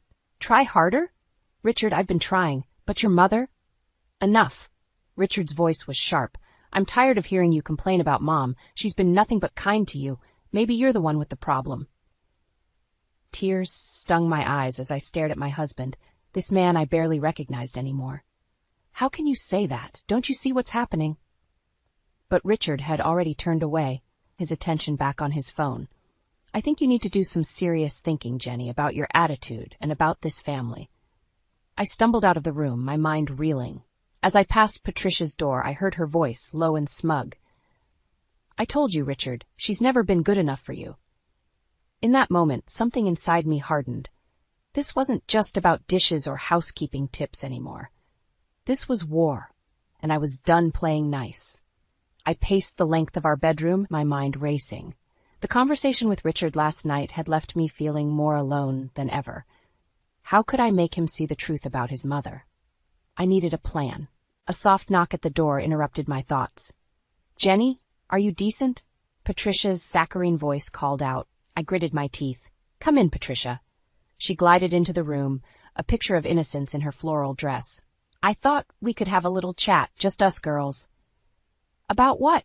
I asked, wary of her sudden friendliness. Patricia perched on the edge of the bed, smoothing her skirt. I couldn't help but overhear your discussion with Richard last night.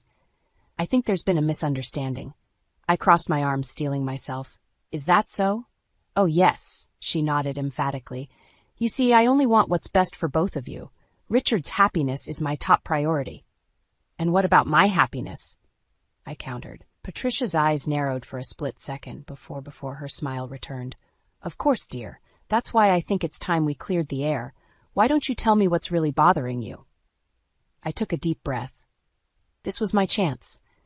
Patricia, I feel like you're constantly criticizing me, the way you talk about my housekeeping, my cooking. Oh, Jenny, she interrupted, her voice dripping with false concern. I had no idea you felt that way. I was only trying to help. You know, not everyone has the advantage of a proper upbringing. Her words stung, but I pressed on. It's not just that, the way you interfere in our marriage, always pulling Richard aside for private conversations. Now, wait just a minute, Patricia's voice hardened. Are you accusing me of coming between you and my son? After everything I've done for you both? That's not what I think I've heard enough. She stood abruptly. I was willing to extend an olive branch, but clearly you're determined to paint me as the villain. Just then, Richard appeared in the doorway. What's going on? I heard raised voices. Patricia's demeanor changed instantly, her eyes welling with tears. Oh, Richard, I was just trying to make peace with Jenny, but she accused me of trying to ruin your marriage. Richard's face darkened as he turned to me. Is this true, Jenny? I felt trapped, cornered by their united front. No, I mean yes, but not like that. I was trying to explain how I felt. How you felt, Richard's voice rose. How about how my mother feels being attacked in her own home? Richard, please, I pleaded. Just listen to me for once. Your mother, that's enough. He roared. I've had it with your constant complaints about Mom. She's bent over backward to welcome you into this family, and this is how you repay her. Patricia sniffled dramatically. It's all right, Richard. I'm sure Jenny didn't mean... No, Mom, Richard cut her off. This has gone on long enough. He turned to me, his eyes cold. Jenny, I think you need to leave, now. The world seemed to tilt on its axis. What? Richard, you can't be serious. I've never been more serious, he said, his voice flat. Pack a bag. I want you out of this house in an hour. As he stormed out, Patricia lingered in the doorway. For a moment, her mask slipped, and I saw the triumph in her eyes. I told you, Jenny. A mother always knows best. With shaking hands, I began to throw clothes into a suitcase. This couldn't be happening. How had everything fallen apart so quickly? As I zipped up the bag, my eyes fell on a framed photo of Richard and me on our wedding day. The happiness in our faces seemed to mock me now. I picked up the frame, my finger tracing Richard's smile. In that moment, I made a decision. This wasn't over. I wouldn't let Patricia win. Somehow, someway, I would fight back and reclaim my life, my marriage, and my dignity. With one last look around the room that had been my sanctuary, I squared my shoulders and walked out, leaving behind the broken pieces of my old life and stepping into an uncertain future. The fluorescent lights of the supermarket buzzed overhead as I wandered aimlessly through the aisles. These brief escapes had become my lifeline, a temporary reprieve from the suffocating atmosphere at home. I lingered in front of the cereal display, not really seeing the colorful boxes, lost in my thoughts. Jenny, is that you? I turned to see Sarah, an old friend from college. Her warm smile faltered as she took in my appearance. Are you okay? You look terrible? I supplied with a weak laugh. It's been a rough few weeks. Sarah's brow furrowed with concern. Do you want to grab a coffee? You look like you could use someone to talk to. 20 minutes later, we were seated in a quiet corner of the cafe next door. As I poured out the whole sordid story, Sarah's expression shifted from shock to anger. Jenny, this is abuse, she said firmly. What Patricia's doing, how Richard's enabling her. It's not okay. I shook my head, tears pricking at my eyes. But what can I do? Richard won't listen to me. He thinks I'm the problem. Sarah reached across the table, squeezing my hand. You need to get out of there, Jen. This isn't healthy for you. But where would I go? The thought of leaving, of giving up on my marriage, made my chest tighten. You could stay with me for a while, Sarah offered, just until you figure things out. As tempting as the offer was, the thought of leaving felt like admitting defeat. I can't just give up, I said softly. I love Richard. We built a life together. Sarah's eyes softened with understanding. I know you do, but sometimes love isn't enough, especially when it's one-sided. Our conversation was interrupted by my phone buzzing. A text from Richard. Where are you? Mom's waiting to start dinner. I sighed, the weight of reality settling back on my shoulders. I have to go, I told Sarah, gathering my things. She stood, pulling me into a tight hug. Promise me you'll think about what I said, and call me anytime, day or night, if you need anything. I nodded, grateful for her support, and headed back to the house that no longer felt like home. As I walked through the front door, Patricia's voice rang out from the kitchen. Finally! We were beginning to think you'd run off. I bit back a retort, forcing a smile as I entered the room. Richard was setting the table, barely glancing up as I came in. Sorry I'm late, I said, moving to help with dinner preparations. I ran into an old friend at the store. Patricia's eyes narrowed. Oh, and who might that be? Just Sarah from college, I replied, trying to keep my voice light. We got caught up chatting. Patricia hummed. her tone disapproving. Well, I suppose some people have time for idle gossip. Others of us prefer to focus on family. I saw Richard tense at her words, waiting for my reaction, but I was too tired to fight. You're right, Patricia, it won't happen again. As we sat down to eat, the tension in the room was palpable. Richard and Patricia chatted about their day, barely acknowledging my presence. I pushed food around my plate, my appetite gone. Jenny, Patricia's sharp voice cut through my thoughts. Aren't you going to eat? After all the effort I put into cooking, I looked up, meeting her challenging gaze. In that moment, something inside me snapped. Actually, Patricia, I'm not feeling well, if you'll excuse me. I stood abruptly, my chair scraping against the floor. Richard finally looked at me, his expression a mix of confusion and annoyance. Jenny, what? I said I'm not feeling well, I repeated, my voice stronger now. I'm going to lie down. As I left the room, I heard Patricia's voice, low and insidious. You see, Richard, this is what I've been telling you about her attitude. I paused in the hallway, my heart racing. This couldn't go on. Something had to change, and soon. As I climbed the stairs to our bedroom, Sarah's words echoed in my mind. Maybe it was time to start considering my options. Maybe it was time to fight back. The supermarket's automatic doors slid open, and I stepped out into the crisp afternoon air, my arms laden with grocery bags. These shopping trips had become my sanctuary, my brief moments of peace away from the suffocating atmosphere at home. But as I approached the house, a sense of dread settled in my stomach. Something was off. Patricia's car was in the driveway, but so was Richard's. He should have been at work. My heart raced as I fumbled with my keys, pushing open the front door. The silence that greeted me was deafening. Richard, I called out, my voice echoing through the empty hallway. Patricia? As I rounded the corner into the living room, I froze. Richard and Patricia were seated on the couch, their faces grim. Between them, on the coffee table, lay a familiar-looking notebook, my journal. Jenny, Richard's voice was cold, controlled. We need to talk. I set the groceries down, my hands shaking. What's going on? Patricia spoke up, her voice dripping with false concern. Sweetheart, we're worried about you. Your behavior lately, well, it's been concerning. What are you talking about? I asked, my eyes darting between them and my journal. Why do you have my private journal? Richard leaned forward, his face a mask of disappointment. Jenny, Mom found this while cleaning. The things you've written, they're disturbing. My mind raced. The journal. Of course, I'd been writing down everything, every snide comment, every manipulation, every moment of gaslighting. It was my way of staying sane, of reminding myself I wasn't crazy. You had no right to read that, I said, my voice trembling with anger and fear. Patricia's eyes widened in mock innocence. But darling, we were worried. The way you've been portraying us, twisting innocent comments into something sinister, it's not healthy. Richard nodded, his expression hardening. Jenny, you've accused my mother of emotional abuse. You've written that I'm... What was it? Blind and complicit. How could you think these things about us? I felt the walls closing in. This was it, the moment everything came crashing down. But as I looked at their faces, something inside me snapped. No more playing nice, no more being the victim. How could I think these things? I repeated, my voice growing stronger. Because they're true, Richard. Every word in that journal is true. Your mother has been manipulating and belittling me since the day we moved in, and you've been too blind to see it. Patricia gasped dramatically. Richard, do you hear how she's talking to us?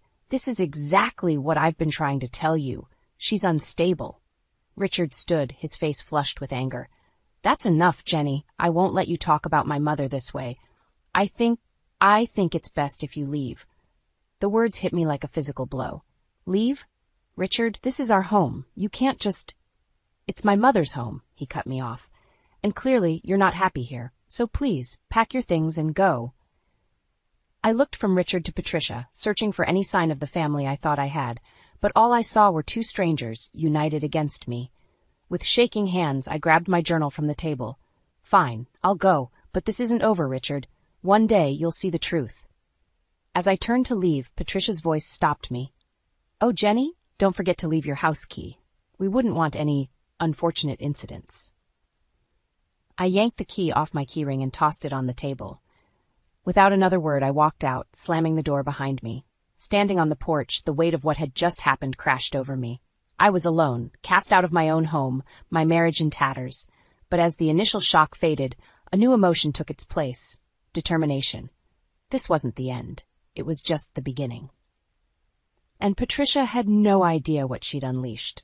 With one last look at the house that was no longer my home, I pulled out my phone and dialed a familiar number. "Mom? It's me. I need a place to stay." The gentle hum of my mother's sewing machine filled the spare bedroom that had become my sanctuary over the past week. I sat cross-legged on the bed, surrounded by job listings and legal papers, my laptop balanced precariously on my knees. "Jenny?" My mother's voice called from downstairs. "There's someone here to see you." My heart leapt into my throat. Could it be Richard?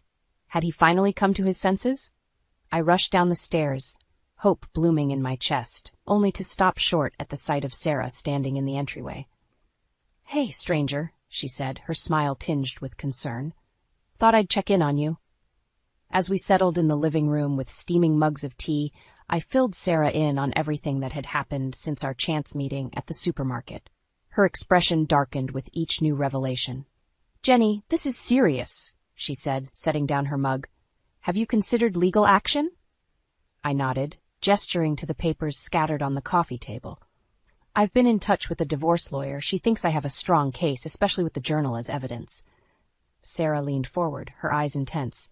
"Good, but I meant against Patricia. What she's done, it's emotional abuse. You could press charges."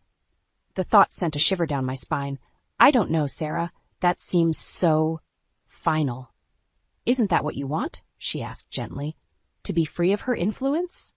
Before I could respond, my phone buzzed. A text from Richard. "We need to talk. Can you meet me at the cafe near Mom's house tomorrow at 2? My hands shook as I showed Sarah the message. "What do you think? Should I go?" She frowned, considering. "It could be a trap. Patricia might have put him up to this. Or it could be my chance to make him see the truth," I countered, hope flaring in my chest. Sarah sighed, squeezing my hand. "Just be careful, okay? And call me the second you're done." The next day, I arrived at the cafe 15 minutes early, my nerves on edge. As I sipped my latte, I rehearsed what I wanted to say, how I would make Richard understand. At exactly 2 p.m., the bell above the door chimed. I looked up, my heart pounding, to see Richard walk in. But he wasn't alone. Patricia trailed behind him, her face a mask of concern. My stomach dropped. "What is she doing here?" I demanded as they approached my table. Richard at least had the decency to look uncomfortable. "Jenny, please. Mom's worried about you. We both are." Patricia nodded, her eyes brimming with fake tears. "Sweetheart, we just want to help. This behavior, these accusations, it's not like you." I felt the walls closing in, my carefully prepared speech crumbling to dust. "This is exactly what I'm talking about, Richard. Can't you see what she's doing?" He shook his head, frustration etched on his face. "All I see is my wife pushing away the people who love her. Jenny, please, come home. We can work this out." For a moment, I wavered. The thought of going home, of things going back to normal, was tempting, but then I caught sight of the triumphant gleam in Patricia's eyes, and my resolve hardened. "No," I said, my voice stronger than I felt. "I won't come back to that toxic environment. Richard, I love you, but I can't live like that anymore." Patricia's mask slipped, her voice turning cold. "You ungrateful little—" "That's enough, Mom," Richard interrupted, looking torn. He turned to me, his eyes pleading. "Jenny, please, don't do this." I stood, gathering my things. "I'm sorry, Richard, but I've made my decision. You'll be hearing from my lawyer." As I walked out of the cafe, I heard Patricia's voice behind me. "You'll regret this, Jenny. No one leaves this family without consequences." Her words sent a chill down my spine, but I kept walking. With each step I felt stronger, more determined. This wasn't the end, it was a new beginning. Back at my mother's house, I pulled out my phone and dialed my lawyer's number. "It's Jenny," I said when she answered. "I'm ready to move forward with everything, all of it." As I hung up, I caught sight of my reflection in the window. The woman staring back at me wasn't the broken, confused person who'd fled her home a week ago. This woman had fire in her eyes and steel in her spine. Patricia wanted consequences. Fine. She was about to learn that I could give as good as I got. I stood on the doorstep of Patricia's house, my heart pounding, but my resolve unshakable. The manila envelope in my hand felt heavy with the weight of its contents. Divorce papers, copies of my journal entries, and a restraining order against Patricia. This was it. The moment of truth. I rang the doorbell, steeling myself for what was to come. The door swung open, revealing Richard's surprised face. "Jenny, what are you doing here?" "We need to talk," I said, my voice steady. "All of us." Patricia appeared behind him, her eyes narrowing at the sight of me. "You're not welcome here anymore." I held up the envelope. "Trust me, you'll want to hear what I have to say." Reluctantly, they let me in. As we gathered in the living room, the same room where my world had fallen apart weeks ago, I felt a surge of strength. This time, I was in control. "I'll make this quick," I began, pulling out the papers. "Richard, these are divorce papers. I'm not asking for much, just what's fair. And this," I held up my journal, "is evidence of the emotional abuse I've endured in this house." Patricia scoffed. "Abuse? Don't be ridiculous." "It's all here, Patricia. Every snide comment, every manipulation, every time you turned Richard against me. And I have witnesses. Friends who saw what was happening." Richard's face paled as he flipped through the pages. "Jenny, I had no idea." "Of course you didn't," I said softly. "You didn't want to see it. But I'm done being silent. I'm done being the victim." Patricia's mask of innocence slipped, revealing the anger beneath. "You ungrateful little witch, after everything we've done for you." "Enough, Mom," Richard interrupted, his voice sharp. He turned to me, his eyes filled with regret. "Jenny, I'm so sorry. I should have listened to you." For a moment, I felt a flicker of the love we once shared, but I knew it was too late. "I'm sorry too, Richard, but this is how it has to be." I turned to Patricia, meeting her glare with a calm gaze. "And this is for you, a restraining order. You're to have no contact with me, directly or through others." Patricia's face contorted with rage. "You can't do this! Richard, tell her she can't do this!" But Richard remained silent, still staring at the journal in his hands. I took a deep breath, feeling the weight of the past months lifting from my shoulders. "It's done, Patricia. You no longer have any power over me." As I turned to leave, Richard called out, "Jenny, wait. Is there any chance we could work this out?"